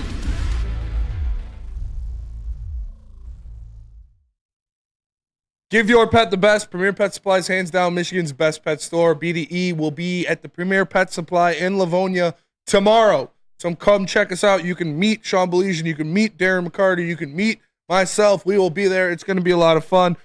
They are family and locally owned for over 30 years. 60 brands of food. And same day, local curbside home delivery. Premier Pet Supply. www.premierpetsupply.com. What up, welcome back to World Heavyweights live on sports.com. Boy Easy, joined by Spin Reaction, Chris, Nicholas Kohloff. Let's go. Detroit Mario. We got Caleb the Calm in the building. Drop a C word to relate to Caleb's name during the next break. And smash that like button. Caleb the Cantankerous. Caleb the Cantankerous. Caleb, actually, this one, we go Caleb back to the baseball. Caleb. But also Caleb the Caleb. And it's Rakestraw. When you were on the desk, you were kind of talking about some expectations for him at the nickel spot, and I was like, oh, hold on now. He's playing outside. And he was. And he has been. But he's also been really good. Yeah. And I think it's to the point where that nickel spot's still up for grabs right now between Amik and Iman. There's no clear-cut winner. I personally have Amik in the leading spot. But today, they had your boy running that nickel. And I think it's kind of similar to the way Jack Campbell was last year. It's like, got to get him on the field somehow. yes. Same with Brian Branch. You want your best players in the field at all times. Yeah. We have to find a way to make it work. And this has been showing out. And I think they're going to try to make him, or see what he can at least do, the nickel spot. You want your best 11 on the field no matter what. And if that means taking someone out of their true position, then oh well. Like Brian Branch was a true safety, but you want to put him in nickel because he was better in nickel. You got Jack Campbell, obviously a middle linebacker, but you throw him at Sam because you want to get that freak on the field for some reps. So if E-Man ends up winning the starting nickel spot, all right. If it's Amik, all right. If it's Rakestraw, I'd be really happy with that because that means we got 2 fucking dogs in this draft. That's what's awesome. You hear who's fighting for nickel? Amik Robertson, Emmanuel Mosley, Ennis Rakestraw. Yeah, that means nobody's touching Terrion Arnold because he's the fucking truth, and he's already got that spot locked the fuck down. So shout out to Microwave Boy out there. I like it. I love it. Dude. Microwave Boy? Oh no, bro. You think somebody's gonna start? I was just gonna say the reason I was saying Rakestraw in the nickel is because dude, it's gonna be Arnold and Davis. I think no matter what happens in camp. Probably more than likely. Yeah, obviously they have him in the spot right now. Bro, they're trying to squeeze Ennis in because Ennis been doing his fucking thing. Has he been outperforming Terrion Arnold? Yes, but he's playing the second team. Yeah. Like he had the first pick of camp, could have a second one, dropped it. He picks against Tom Kennedy. Put him out there against Kennedy. But I obviously like what they're seeing. I'm just saying, like, for sure, it's weird too. Cause some of the defensive line, like you got your flavor. You know what I'm saying? Like, what do you want to see? Ennis a lot more scrappier than Terrion, in my opinion. Like with Terrion, I feel like his ceiling is like I hate when I do this because I can only think of like really, really good guys. It just comes off obnoxious as hell. But Stephon Gilmore, he's not the quickest. Ennis Rakestraw. I'm saying no, not Ennis. I'm talking about Terrion. Just different. Yeah, they're just different styles. Like Ennis is gonna be in your fucking face. Yeah. Physical, bro. When I lined up with him, he's like, I'm like, we're taking a picture, bro. Relax. Like, come on. He's a dog, bro. Yeah. Really scrappy, really physical. Even when you get the ball, he's gonna get his hands on you to make sure he's gonna try to rip it away from you. Where Terrion's is more like, just I don't know, stout, aware. Like he's just fucking like a cat almost. You know what I'm saying? Just and they're playing a lot of zone, by the way, agile, too. Man. Yes, he's kind of like what the fuck's going on here? I'm back here. Where's the ball going? I'm about to go make a play. I think they're playing a lot of zone because you want to practice. I think it's because you want to practice what you're not good at. It's because they're kind of slow. They're kind of slow. No, like no defense. No, but like they're not the fastest corners. I think it's because they want to practice what they're not good at, though. Those are man cornerbacks. But if you're pursuing a Super Bowl, I think you want to lock in on what you're doing, especially with a rookie, young guys, you know. Yeah, but do you? I don't hate it, by the way, because but you don't need to teach Terrion Arnold how to play man. Like he already knows how to play man. It's easy to play man. That's your guy. You follow him. Zone is something you need to feel out, especially with your new teammates. Who's Microwave Boy? Him? Nick. That's what you called him. For the Terrion take, which I thought was absolutely insane, Microwave Boy. Microwave Boy? Well, yeah, you said, you said you would be extremely disappointed if he wasn't starting immediately. Would you be disappointed at this point? Why, what?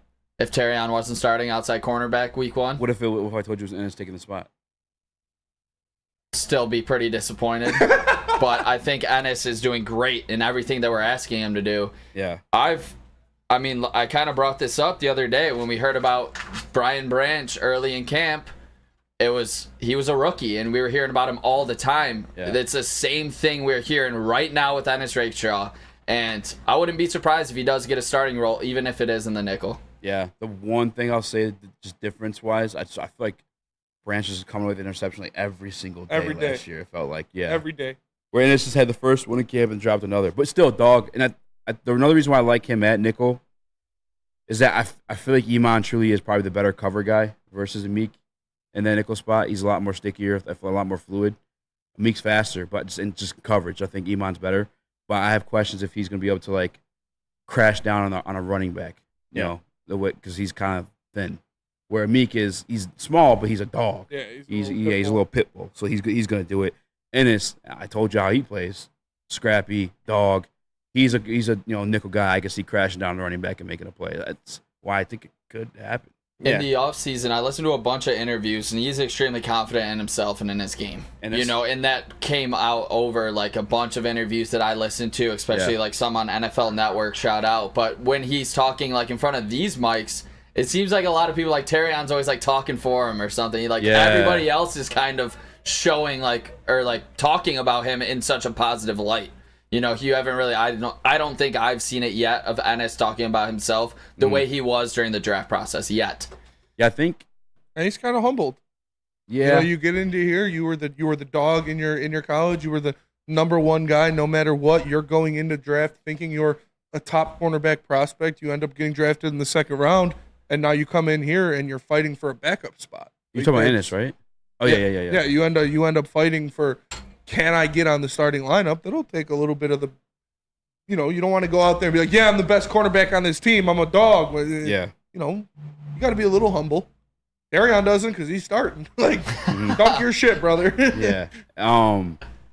Yeah, maybe there's a little difference, too, between, like, having that one-on-one conversation and, like, those type of interview settings versus, like, 50 beat reporters. Yeah, I'm not saying it's a bad thing at all. That's just an observation I've had so far. Yeah, his quiet demeanor right now is not like what he thinks about himself is kind of what I'm saying. I think it's just his personality too. He's not. Terion's more like outgoing. He's kind of more like relaxed. Even when I had that conversation when we took the picture, it seemed like just a young kid, to be honest. Yeah. Yeah. Beat reporters too, when they ask questions, I feel like they're trying to like fit in questions that fit like an article. They're like planning to write down the line. So like they're wording shit differently where you could get slip up versus like you're sitting on NFL Network. They don't care. They're not trying to do that. They're just talking. Asking you about how you feel. Yeah. How do you think the season went? How do you think you can get better? Bunch of different things. Yeah. Caleb, you were about to say something about Ennis, so I apologize. Yeah. Just with like the nickel corner spot. Look, I love Amik. I think he's really good. I think he was a great signing, but I think he's probably third right now for me, who I think is going to win that nickel job. I think Ennis is probably number one just because, Dan Campbell said it, the run fit at the nickel position is really important for them. And when it comes to, coverage, if he does end up playing the outside, and this helps Terrion too, Carlton Davis is one of the best man-to-man corners in the league. He didn't let up a touchdown in man-to-man coverage last year or something crazy. So he's going to teach these young corners how to be handsy a little bit with big guys, like DK Metcalf in week 4 or whatever that is, bigger receivers like that, because it's hard on defenders. You can't really use your hands anymore, or it's a flag. So you got to be smart with it, but also be effective. And I think Carlton Davis is really good at that, and he's going to teach the young corners like Rakestraw and Arnold how to do that. Yeah, that was a guy where I was getting kind of nervous because he was getting got, but it's weird. It's like he'll have reps that he wins though with PBUs, not just like guy didn't catch it, Carlton Davis. Yeah. But today got a pick. I felt better now too. I mean, I don't know if it's him just adjusting his defense and getting used to. Remember how we had that one guy from PFF? He's like secondary that had to kind of gel together. Yeah. I think it's some of that because I told you Fountain had the 80-yard touchdown. It was on Carlton Davis, and he was like a pass-off coverage to Terrion. They biffed it. Yeah. But I think maybe he's just getting comfortable. I don't want to harp too hard on it. But I know I promised. I think it's Acholas or whatever it was in the Woodward Sports chat. Apologize if I butchered your name there. But he kept asking about CD3. He's not shut down, but he's winning them some he's losing some. Yeah. And I think in real time too, like when we're actually able to hit the quarterback, some of those throws aren't going to be made. Exactly. It's when you have a quarterback sitting back there untouched for 7 seconds, you're not going to be able to. Nobody's going to be able to keep up with their assignment that long. And that's also not defending Cam Sutton because he was actually just terrible. Cam Sutton was he was terrible. But we do got to go to break. We'll be back with some more Lions talk. But Easy, tell us about KDK Law. Divorce. That's wild. KDK Law, Kevin and Catherine over here in Birmingham, Michigan, have your back. We're dealing with any type of family law issue. Kevin and Catherine here to take care of you, whether it's divorce, custody, visitation, family law, and criminal law. Kevin and Catherine at KDK Law will have your back. Scan the QR code. Tell them the Heavyweight sent you, and they will pay your filing fee. Congratulations to the real Coach of the Year, Motor City Dan Campbell. Just put your head down and go to work. It's about to be fun, man. It's about to be fun. Woodward Sports. Walk into any Lady Jane's Haircuts for Men for an award-winning haircut experience from one of our talented stylists. Enjoy a precision haircut, hot lather neck shave, scalp and neck massage, and a hot towel treatment to top it off. Enter for your chance to win the $50,000 Perfect Bracket Challenge. With more than 25 Metro Detroit locations, there's always a Lady Jane's near you. Lady Jane's Haircut for Men, open 7 days a week. Walk in anytime. Lady Jane's, it's wicked awesome. Thank you to the Detroit Lions and Sheila Ham for the best season in Lions history. Now it's time to let Brad Holmes cook. Woodward Sports.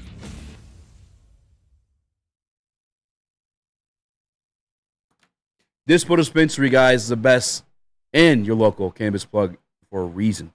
The best curative cannabis, the best bud tenders, and the best product, guys. Check them out right now. If you scan the QR code next to me, you'll get $10 off any purchase of $25 or more. Get that extra item you're never used to getting because you don't want to spend a little extra money because you get it all for free. $10 off. You scan the QR code and bring it into any dispo location. Must be 21 for those who participate. Of course. A bar chipper deck. Divorce. A-part Tipperdeck. A-part Tipperdeck. I still haven't seen that. Any training camp questions? We'll take them. I got one. Go ahead. Hip drop tackle.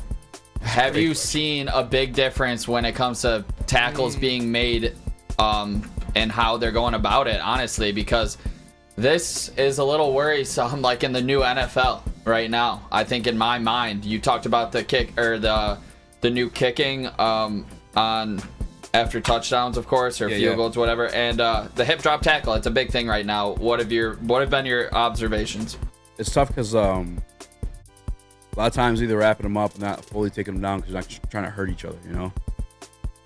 Some reps, like you scared about Jalen getting hurt in a kick return. I was scared when Iffy grabbed it whole. Iffy did? Big ass, yeah. When they got into it, I was like, oh, please, be careful. It's also funny just watching Penny peel grown men. Oh, yeah. He's okay, enough now, boys. Yeah, all right, boys. Yeah, just like one in each hand. Yeah, no, that's a good question. They're more just wrapping up, you know? And then running back will just stop or keep going, finish down the line or whatever. You think maybe that comes out more when it's Lions versus Giants and those like practice? Yeah, there are referees out there today. Practice reps. I really think because nobody's really diving at somebody if they get past them in training camp, you know, to make the tackle. Yeah. So I think we'll see the most effects of that in preseason games. Oh man, that's another reason to smile. Yeah, we talking about how good this defense is. Brian Branch hasn't played the padded practice yet either. Yeah. He's been like doing the walkthroughs. And DJ Reader's not in there either. Yeah. Like 2 of your top 5 defensive players. Yeah, haven't bro, even played that's yet. insane. Yeah. I was trying to ask Herman too, like, does it take a minute for the offense to wake up? He did say somewhat just because there's a lot more defenders in this defense than last year. Mm-hmm. So I guess that makes sense, but fuck that. I'm New names, new faces. Yeah. You know, it's improvement. You know, you're not playing against the worst cornerback room in the NFL anymore. Yeah. You're playing against guys that are there for a reason, guys that are there to make a name for themselves. So I'm excited for it. DNC ENT and Woodward Sports Chat says the hip drop shit is overblown. The rules committee said there was less than 25 flag-worthy plays last year. I did not see that. That's actually interesting to hear. I don't like it, though. I still think it's whack. Hutch probably had like 3 of them. Yeah, his sacks always look like hip drop. Don't Yeah. they? Yeah. We'll see, man. How else?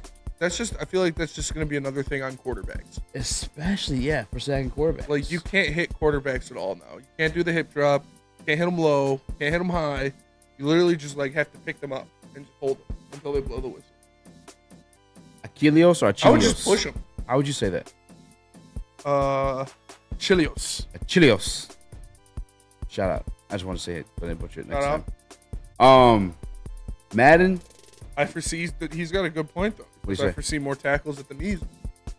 Yeah. People are going to hate Kirby Joseph even more because that is literally how the NFL wants you to tackle. So you pussy-ass Vikings fans and you pussy-ass Rams fans, oh, he's so dirty. That's literally how the NFL is telling these guys to tackle.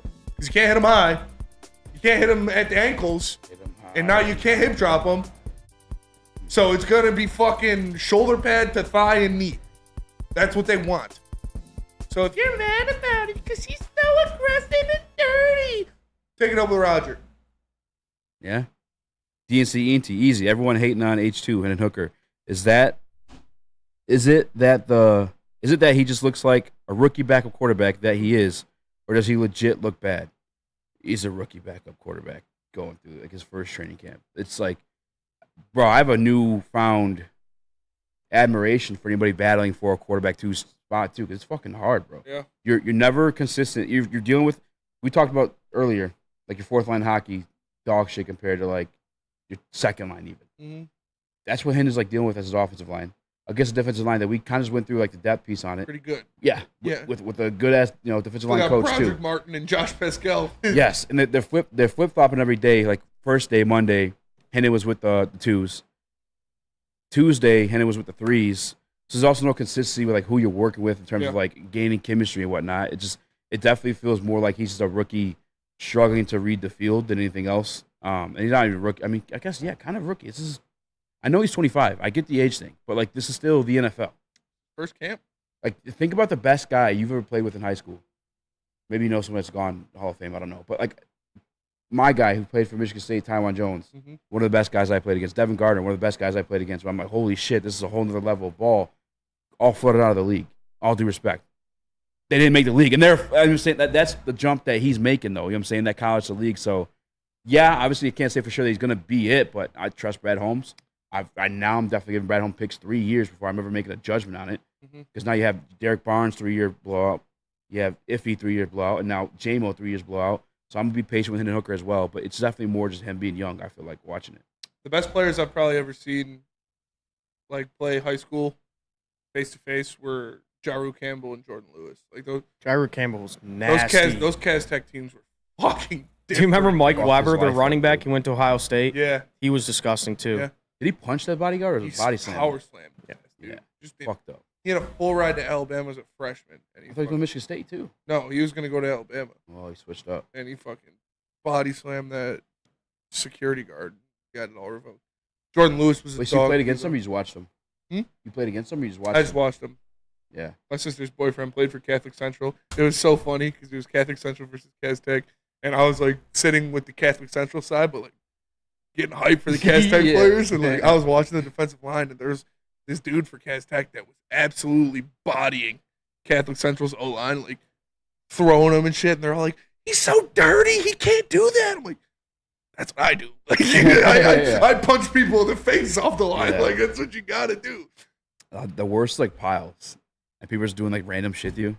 Oh, yeah. Fucking I got fighting you. Yeah. Ball poke. Yeah. Yeah. Ball poke was the worst. Yeah. I used to just fucking, if there's a pile, I'd come in there, like, just come in there with a punch to whoever. No, but I don't think Hooker sucks. I think he's just going through the motions. As we played that one video of Aleem, he throws a pretty-ass ball. It's just, he's not either in sync with the receiver. There's no time. Mitchell Goudier is on his ass.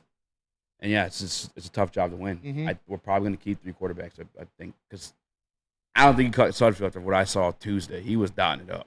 It was kind of crazy. Sudfeld? Yeah. Shut the front I was door. because you guys know I'm a Hendon guy. Get out of here. I was getting pissed. I'm like, what the fuck, man? How's this guy doing this shit?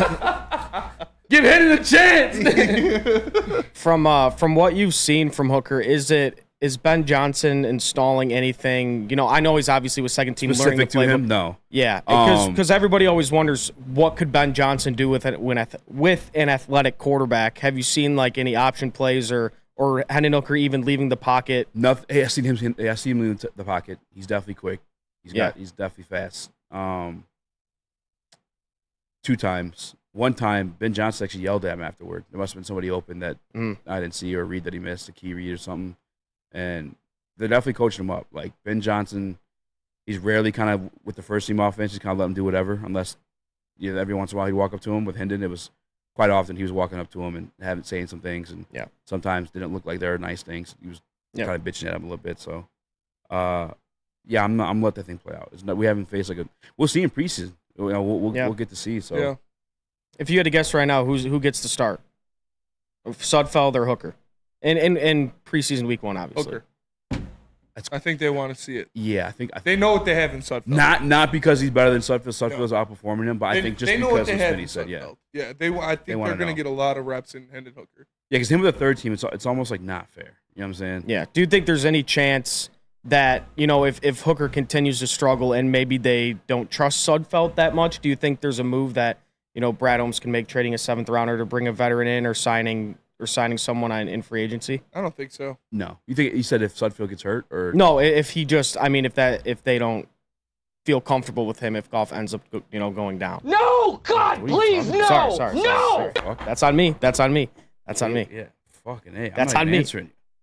No, they're keeping Sudfeld. Get out of here, kid. What the hell's wrong with you? Guys, he's not gonna. We have the best O-line in the league. We're good. Yeah. I'm knocking on wood again. Jesus, man, you're just doubling down. No, we're good. You got any pizza?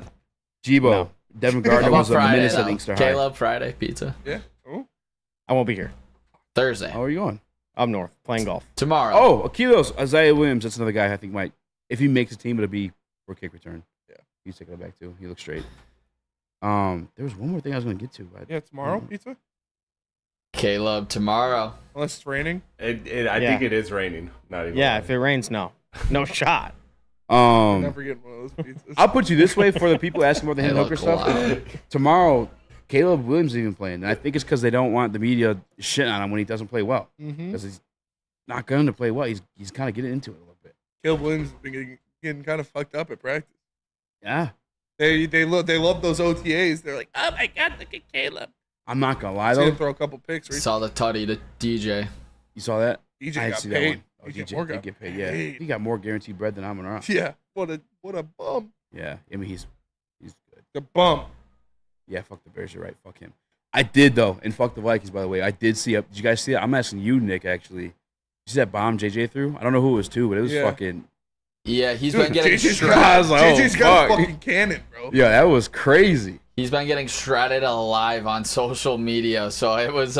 Did you see it? It was surprising. I thought it was going to be a troll job, like great throw by JJ, and then it gets picked. But no, that was a bomb. When you see those posts shredding anybody, just if it's Dove, if it's ML, if it's the other guy, they're just engagement farming. Yeah.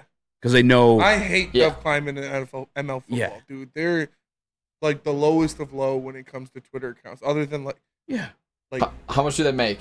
A lot of money. Yeah, because they get the interactions. Yeah. They get them. We fall for them. I fall for them every once in a while. Have you seen that guy? I saw Mina Kimes quote tweet once. She's like, Dove, I fucking, like, she was talking shit. I don't remember what she said, but Have I you was seen like, that Mina. guy, Kira Don't Miss? He like posts a bunch of memes. Dude has an insane hit rate on Twitter. He probably makes millions of dollars. I'm going to follow him now. Yeah. Oh, wait. I think I might. Yeah, you probably do. He's got Danny Phantom as his profile Yeah, picture? yeah. Yeah. Yep, that guy's killing it. They posted one of Aaron Rodgers and Garrett Wilson. Danny Phantom. Like having Hell yeah. Hell yeah. Phantom's Danny goated. Phantom. Hell yeah. There was a some baddies. We got some goth. Oh, for sure. Goth dude. baddies back in the Ember, day on there. Fucking. I forget her name. The main girl. I don't remember know. her name. She either. was a little. So I'm hey, Little goth baddie. I love some goth baddies. Yeah, bro. That's my weakness. Tattoos, Oh. light skins. I seen this comic strip, and it's like Danny Phantom sitting with Spider-Man and Deadpool, and Spider-Man's like, Danny, why are my Spidey senses always going crazy whenever you're around? And Danny Phantom's like, so I could literally rip your lungs out at any time. And he just flies away. He's a kid. He's a ghost. Good. Yeah, that's right. I didn't even think of that. Oh, dude, Danny Phantom is like a top tier.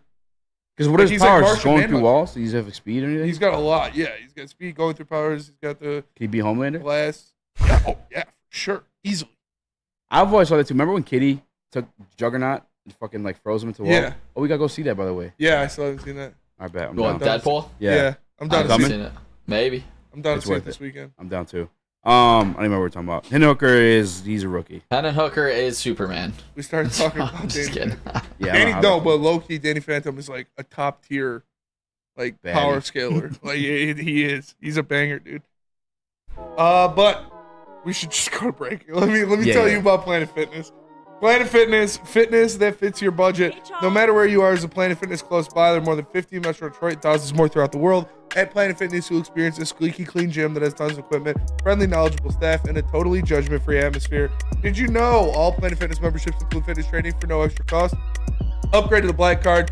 Get the use of amenities like hydro massage, full body enhancement, the tanning booths, anything you want. Find a Planet Fitness near you at planetfitness.com. Planet Fitness, where your fitness is essential.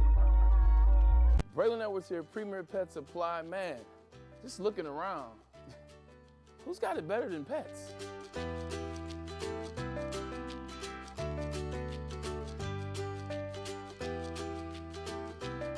Come on, a baby stroller for Coda?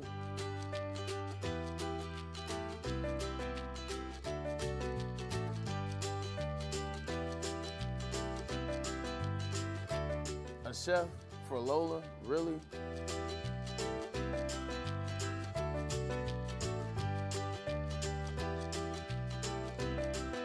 You don't have to tell me who the real boss here is. Who's got it better than pets? Nobody, especially here at Premier Pet Supply. For over 30 years and more than 13 locations, Premier Pet Supply has everything that your pet can dream of, and guess what? It's all under one roof. Premier Pet Supply, family owned, operated, and proud to call Metro Detroit home. Check out premierpetsupply.com or scan the QR code today. Who's got it better than pets? Nobody! The Ally Challenge presented by McLaren is back August 22nd through 25th at Warwick Hills and Grand Blanc. Be there for PGA Tour Champions Golf, Family Night, concerts, and more. Tickets start at just $15. Get yours at allychallenge.com today. Head on over to WoodwardSports.com, click that shop tab today, and get yourself some brand new merch. They got hoodies, tees, hats, all that, guaranteed to turn heads. Head on over to WoodwardSports.com, click that shop tab today, get yourself some brand new merch. What up, welcome back to World Heavyweights live on WoodwardSports.com. I'm easy, joined by Spimo Rex, Chris, Nicholas, Kohloff, Caleb, and Colorblind. Let's go. Smash the like button, be a friend, tell a friend, share the stream. The Hat and Beard Show. I watch too many videos like that, and it fucks me up. Which one? Just like when. I don't know how to explain it. It's like serial killers. He's not really a serial killer though. Yeah, I don't know, like the deep dives and those type of people and their interrogation videos, all that shit like that. Did you see the video of the game beating up the pedo? Yeah, was that real? I kept my phone. That has to be like. That guy's in a shot one day, by the way. Who, the game? No, the Russian dude he's always with. Oh, yeah. Vitality or something? Vitality? What's his name? Yeah, Vitality, yeah. Yeah, that guy's definitely. Pedos are going to start carrying guns for sure. Yeah, we got to get it in before it's too late. How does he have so many? That's the account we should start, Nick. We should set up, yeah. How does he have so many? We can use Nick as the catfish. We should bring D-Mac with us. Hell no. Because his mustache? Yeah. Hey, remember the day he's like, yeah, we call him like a... We didn't call him that, but the chat was. And he's like, yeah, my girl graduated school this weekend. Yeah, they're all like high school. Yeah, that was bad. Yeah. Welcome back to World Heavyweights Live. What up? Yeah, just get D-Mac super high and have him punch a pedo in the face. I'm a dragon! Yeah. Headbutts him, such a good fuck out of him. Dude, those counts are, you're doing the Lord. Because every pedophile deserves to get at least punched in. Yeah. Every day I'm seeing one of them. Oh, it's awesome. It's insane. I love it. There's the one guy that like kicks him in the face. Yeah. The one guy, like his go-to move is to kick him right in the face. Roger. I saw one eating dog food. Yeah, Roger. Come on. Roger, come on. Come on, Roger. That was fucking insane. I saw the one like somebody like got like syrup poured on him and then like he's eating dog food on the ground. The pedo is or something. I don't know what the fuck's going on. Well, you know what's actually really funny, and we're way off the walls. I apologize, but there's originally a video of Chicago, I think, a Chicago rapper or something like that. And they caught like his ops caught him, and they made him take off his clothes and do like TikTok dances. No, that was Neon. No, this happened like in the hood this too. This was a rapper, yeah. Yeah, they caught him. They made him take off his clothes, but it was like I saw skin, and it's because even when I was watching, I was uncomfortable. I'm like, yo, like. Yeah, I get picking on but like it's getting kind of like kind of wild. Are you talking about the skit where they're like making fun of it and they're just making it even like more sus? Weird? Yeah. That was terrible. More wildfires in Colorado. Wildfires depress me. Got out just in time. Oh, jeez. Well, I mean, out. I don't want to get caught up in that. That's fucked. Talking about fires getting put out. Tigers made a trade. I was gonna say. I was just setting you up. I just wanted to hit on this real quick if I got a sec. How are you guys feeling after yesterday? I know we hit on it a little bit at the beginning. You had Maz calling it an F, and then you had Broder, best trade deadline ever. Just kidding, Broder. We know you weren't saying that. But, you had both sides of the aisles. You had an F, and Broder thought it was really good. Where are you guys at? I'll give it a C+. C+? What Broder grade it? I don't know exactly, but I saw he was making some points on Twitter, but obviously he has faith in the not the Chris, but the God damn it, Scott Harris plan. Yeah, and of course Maz called it an F. Maz is gloom and doom. He's from New York. Maz overreacts to everything. I love him, but he. What are they doing? God, I fucking love Maz. I text him whenever I'm watching the New York Giants Hard Knocks. Yeah. I wish in the same room as him when he's doing some dumb shit the GM says. Maz's like, wow! I love Maz, but he overreacts quite a bit. And yeah, it's not an F. We should take him with us Saturday. Whatever day we go. Oh, dude, yeah. They got the best prospect at the trade deadline. They didn't give up. It's not like if Maz wanted to get Aaron Judge back for Flaherty, it's not gonna happen, man. You got to be realistic here. Yeah. Would you people saying it's an F are crazy to me because at anything you could only have reasonably expected a marginally better return, very marginally. If you were expecting to get the best prospect in baseball without trading Tarek Skubal, you're an idiot. Like, I don't understand. The only reason for you to be upset, and I think why people are upset, is because we're just consistently stuck in this same rut. Like I said, it's, perpetual mediocrity. Like, it's just what the Tigers are right now. And that's why you should be upset. Like I said, you could only expect a very marginally better return for what they gave up. It's not like they gave up Riley Green and Tariq Skubal and got fleeced. They gave up 2 months of Flaherty with half of a back and Mark Canha. Like, and I don't know where everybody was and which side of the fence they were, but like, look at the way we were acting up until the deadline when there wasn't a move. Yeah, like we were pissed. We were like, "What the fuck's going on?" He did something. It would have been way worse if he did nothing. Yes, and that's what he got. There was rumors that New York was kind of interested a little bit in Flaherty, but it wasn't. They couldn't find a value based on like his injuries and like whatever else too, whatever. But Canha was 35. He's a perfect example of a team that kind of just got rid of him for nothing, and we got something for it. Yeah. That's a positive. That is positive. Yeah, easy. I think that's a great point there that you bring up. Scott learned from a mistake from last year. The deal fell through with the Yankees because they couldn't match up perfectly. We were valuing him extremely high. Yankees didn't want to give up as much because of his injury history. But he had the pivot when it came down to, the shot clock, buzzer beater. He had this top 5 prospect in the Dodgers system, number 3 on some accounts. And that's why I believe I would give him a B, because he learned from his mistakes. We got a top prospect. He's a number 5 in our organization already. This prospect, Lirianzo, is a better prospect than Parker Meadows, Justin Henry Malloy, Dylan Dingler, Wenzel Perez. He's a higher overall graded prospect than all 4 of those players that we are expecting to do damage for this team and that we've seen do damage at the major league level. Yeah. That's who you just got. Yeah. And I know you guys all love your prospects.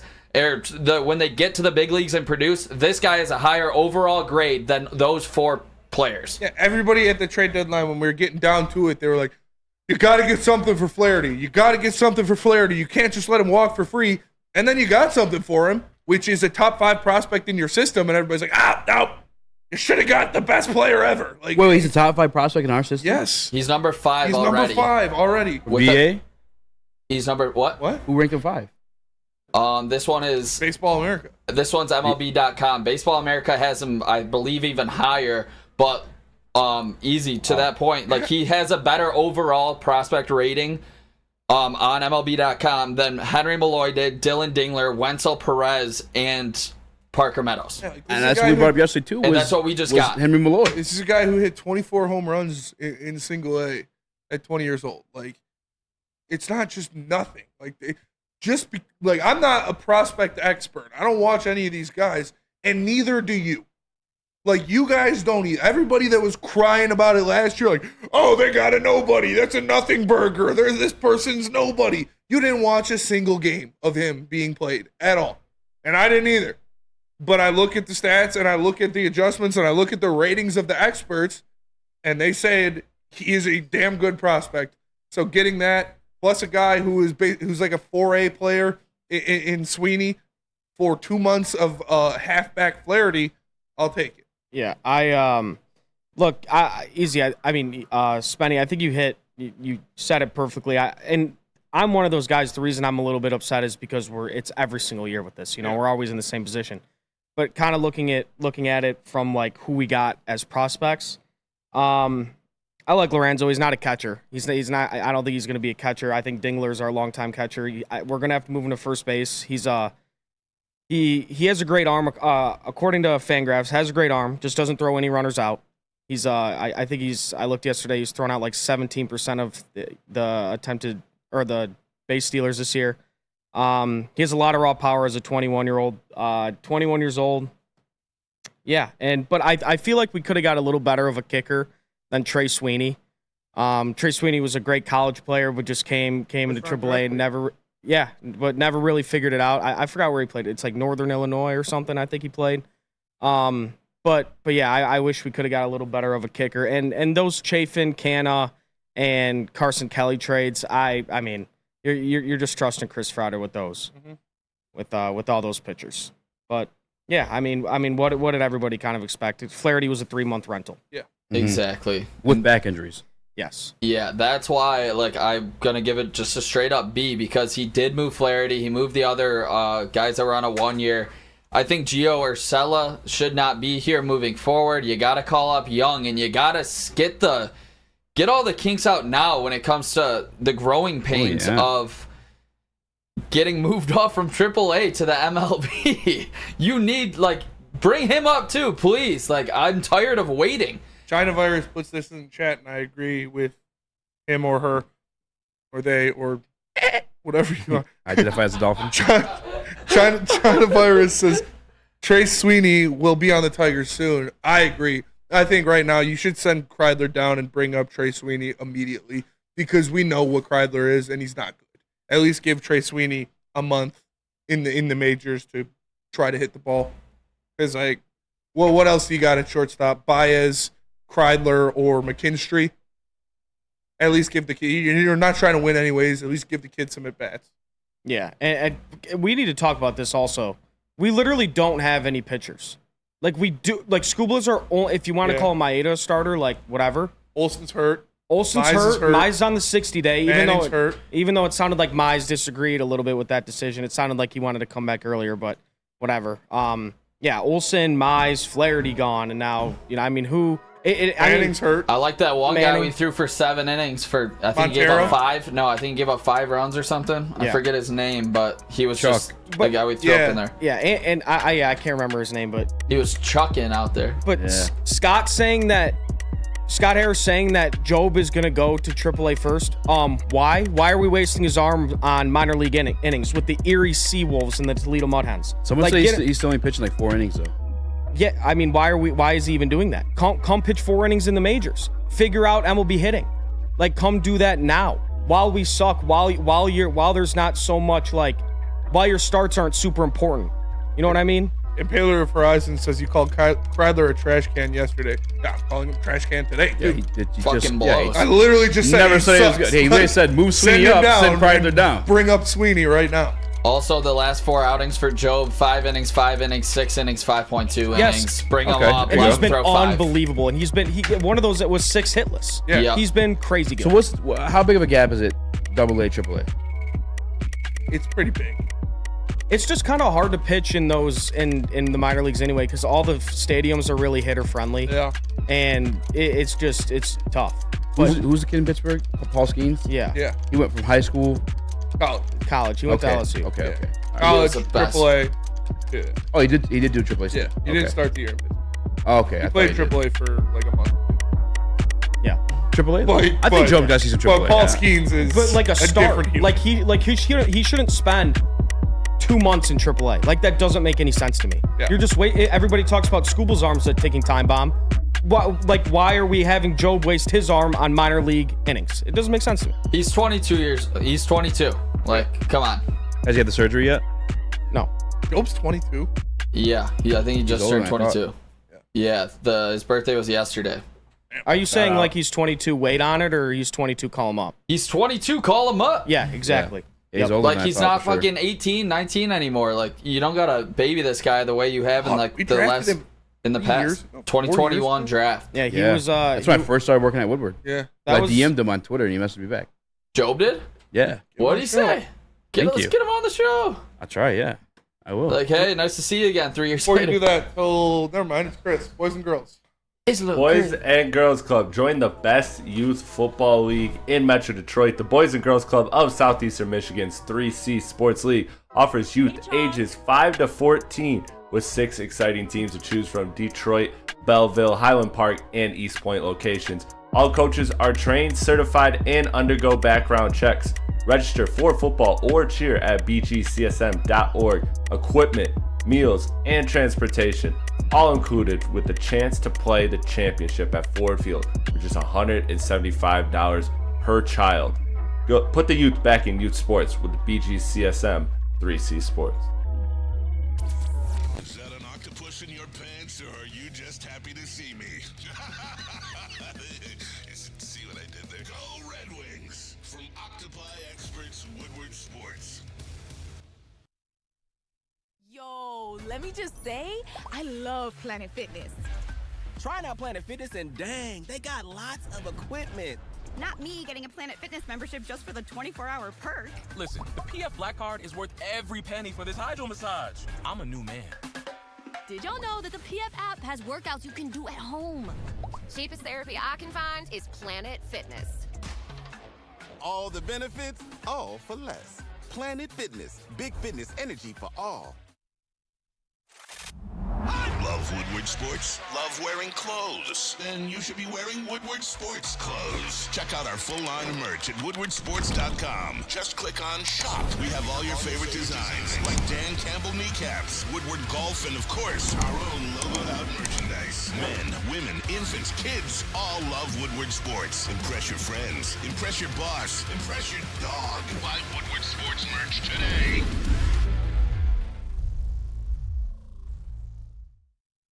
Walk into any Lady Jane's Haircuts for Men for an award-winning haircut experience from one of our talented stylists. Enjoy a precision haircut, hot lather neck shave, scalp and neck massage, and a hot towel treatment to top it off. Enter for your chance to win the $50,000 Perfect Bracket Challenge. With more than 25 Metro Detroit locations, there's always a Lady Jane's near you. Lady Jane's Haircut for Men, open 7 days a week. Walk in anytime. Lady Jane's, it's wicked awesome. Guardian Alarm offers you customized solutions from real experts. Their professional technicians take the time to recommend security and automation solutions specific to your needs. They also have 24/7 professional monitoring. You can call them anytime, day or night, and no Guardian Alarm team member will stay on the phone as long as needed. And, of course, they have technology backed by people. Your safety and security deserves technology that's been proven to work. People have been proven to care. So call them at 1-800-STAY-OUT. That's 1-800-STAY-OUT. And let them know Woodward Sports sent you. Real quick, I want to get this out of the way and shout to Justin Rogers for this information. But we were talking about Levi's being the fucking man, being locked in, killing shit. He blocked off all media. He's, I guess, not taking any interviews. McNeil? Levi. Oh. Because he's locked in. Usually he does need media, though. Levi's done some stuff in the past. He went 0 Dark 30 mode? 0 Dark 30 for training camp because motherfuckers like us were saying he won't make the team. It's true. And he might end up starting. Love that. I do love that. Other thing I wanted to say. Oh, Panay. So the entire starting offensive line took off today, except for Panay, so he can get reps at left tackle. What a dog, dude. Like, come on, dog. It's impossible to not love Penei Sewell. He's one of your best players, maybe your best player. He is your best player. He's like, nah, I'm not gonna take the day off. I'm gonna go get some reps in that left tackle. Which, by the way, who are we gonna do? Top 10 Lions again? Yeah, he's one. Yeah. He's number one for sure. Yeah, between him and Frank, I'll probably put Penei number one. Little teaser there. Gross. I don't know what the fuck I was about to say before that though. I don't know. Penei's just a dog for that. Oh, that's what I was gonna say because we never really talked about the Taylor Decker signing. Caden Kreider, you're right. They have been lacking on the stay out for real. They got one job during that read.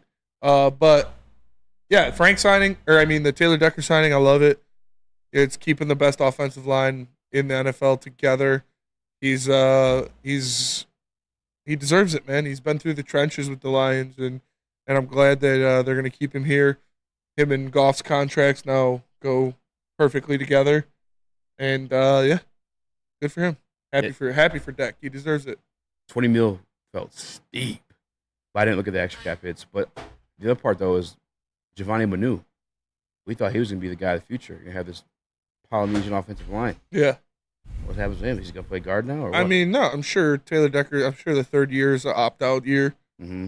And Decker got 3 years, $60 million. I don't think Manu was going to be ready in a year anyways. So give him 2 years to see what he's got, and then if he's the real deal, move on from Decker and you put him there. What's the site I always use? I can't think of right now. Yeah, 31 guaranteed for Decker. So I'm sure the third year. Oh, well, yeah, that makes everything a lot better. The third year is probably like $28 million. The reason why it kind of caught me a little bit by surprise, 20 is still a lot to me, honestly. And I love Decker. I think he's the longest vetted guy on the team. Yes, he is. He sometimes has injuries, but he's made it through and made. Yeah, he thugs it out. As he gets older though, I just don't know how many more. It's all 2 years. I'm not worried about it. That's actually you called him to retire because he's talking about slimming down. Yeah. Say sorry. Sorry. No, but for real, it's like I said. I'm sure. I'm sure it's going to break down to being a 2-year deal. Yeah, 19.3 this year. Or I'm sorry, 19.1 next year. Void, and then 70 million when he retires. Yeah, looks like. What? How does that work? Yeah, and yeah, the hat and beard. I expect that too. Manu will get reps at that swing tackle, skipper role. Put him out on the edge, have him run in front of Gibbs and stuff. I don't think they updated this. But that'll do it for us today. Appreciate you tapping into the heavyweights. Make sure you smash the like button. For Easy, for Caleb, for Chris, I'm Spencer. We'll see you guys tomorrow. Peace. Love you.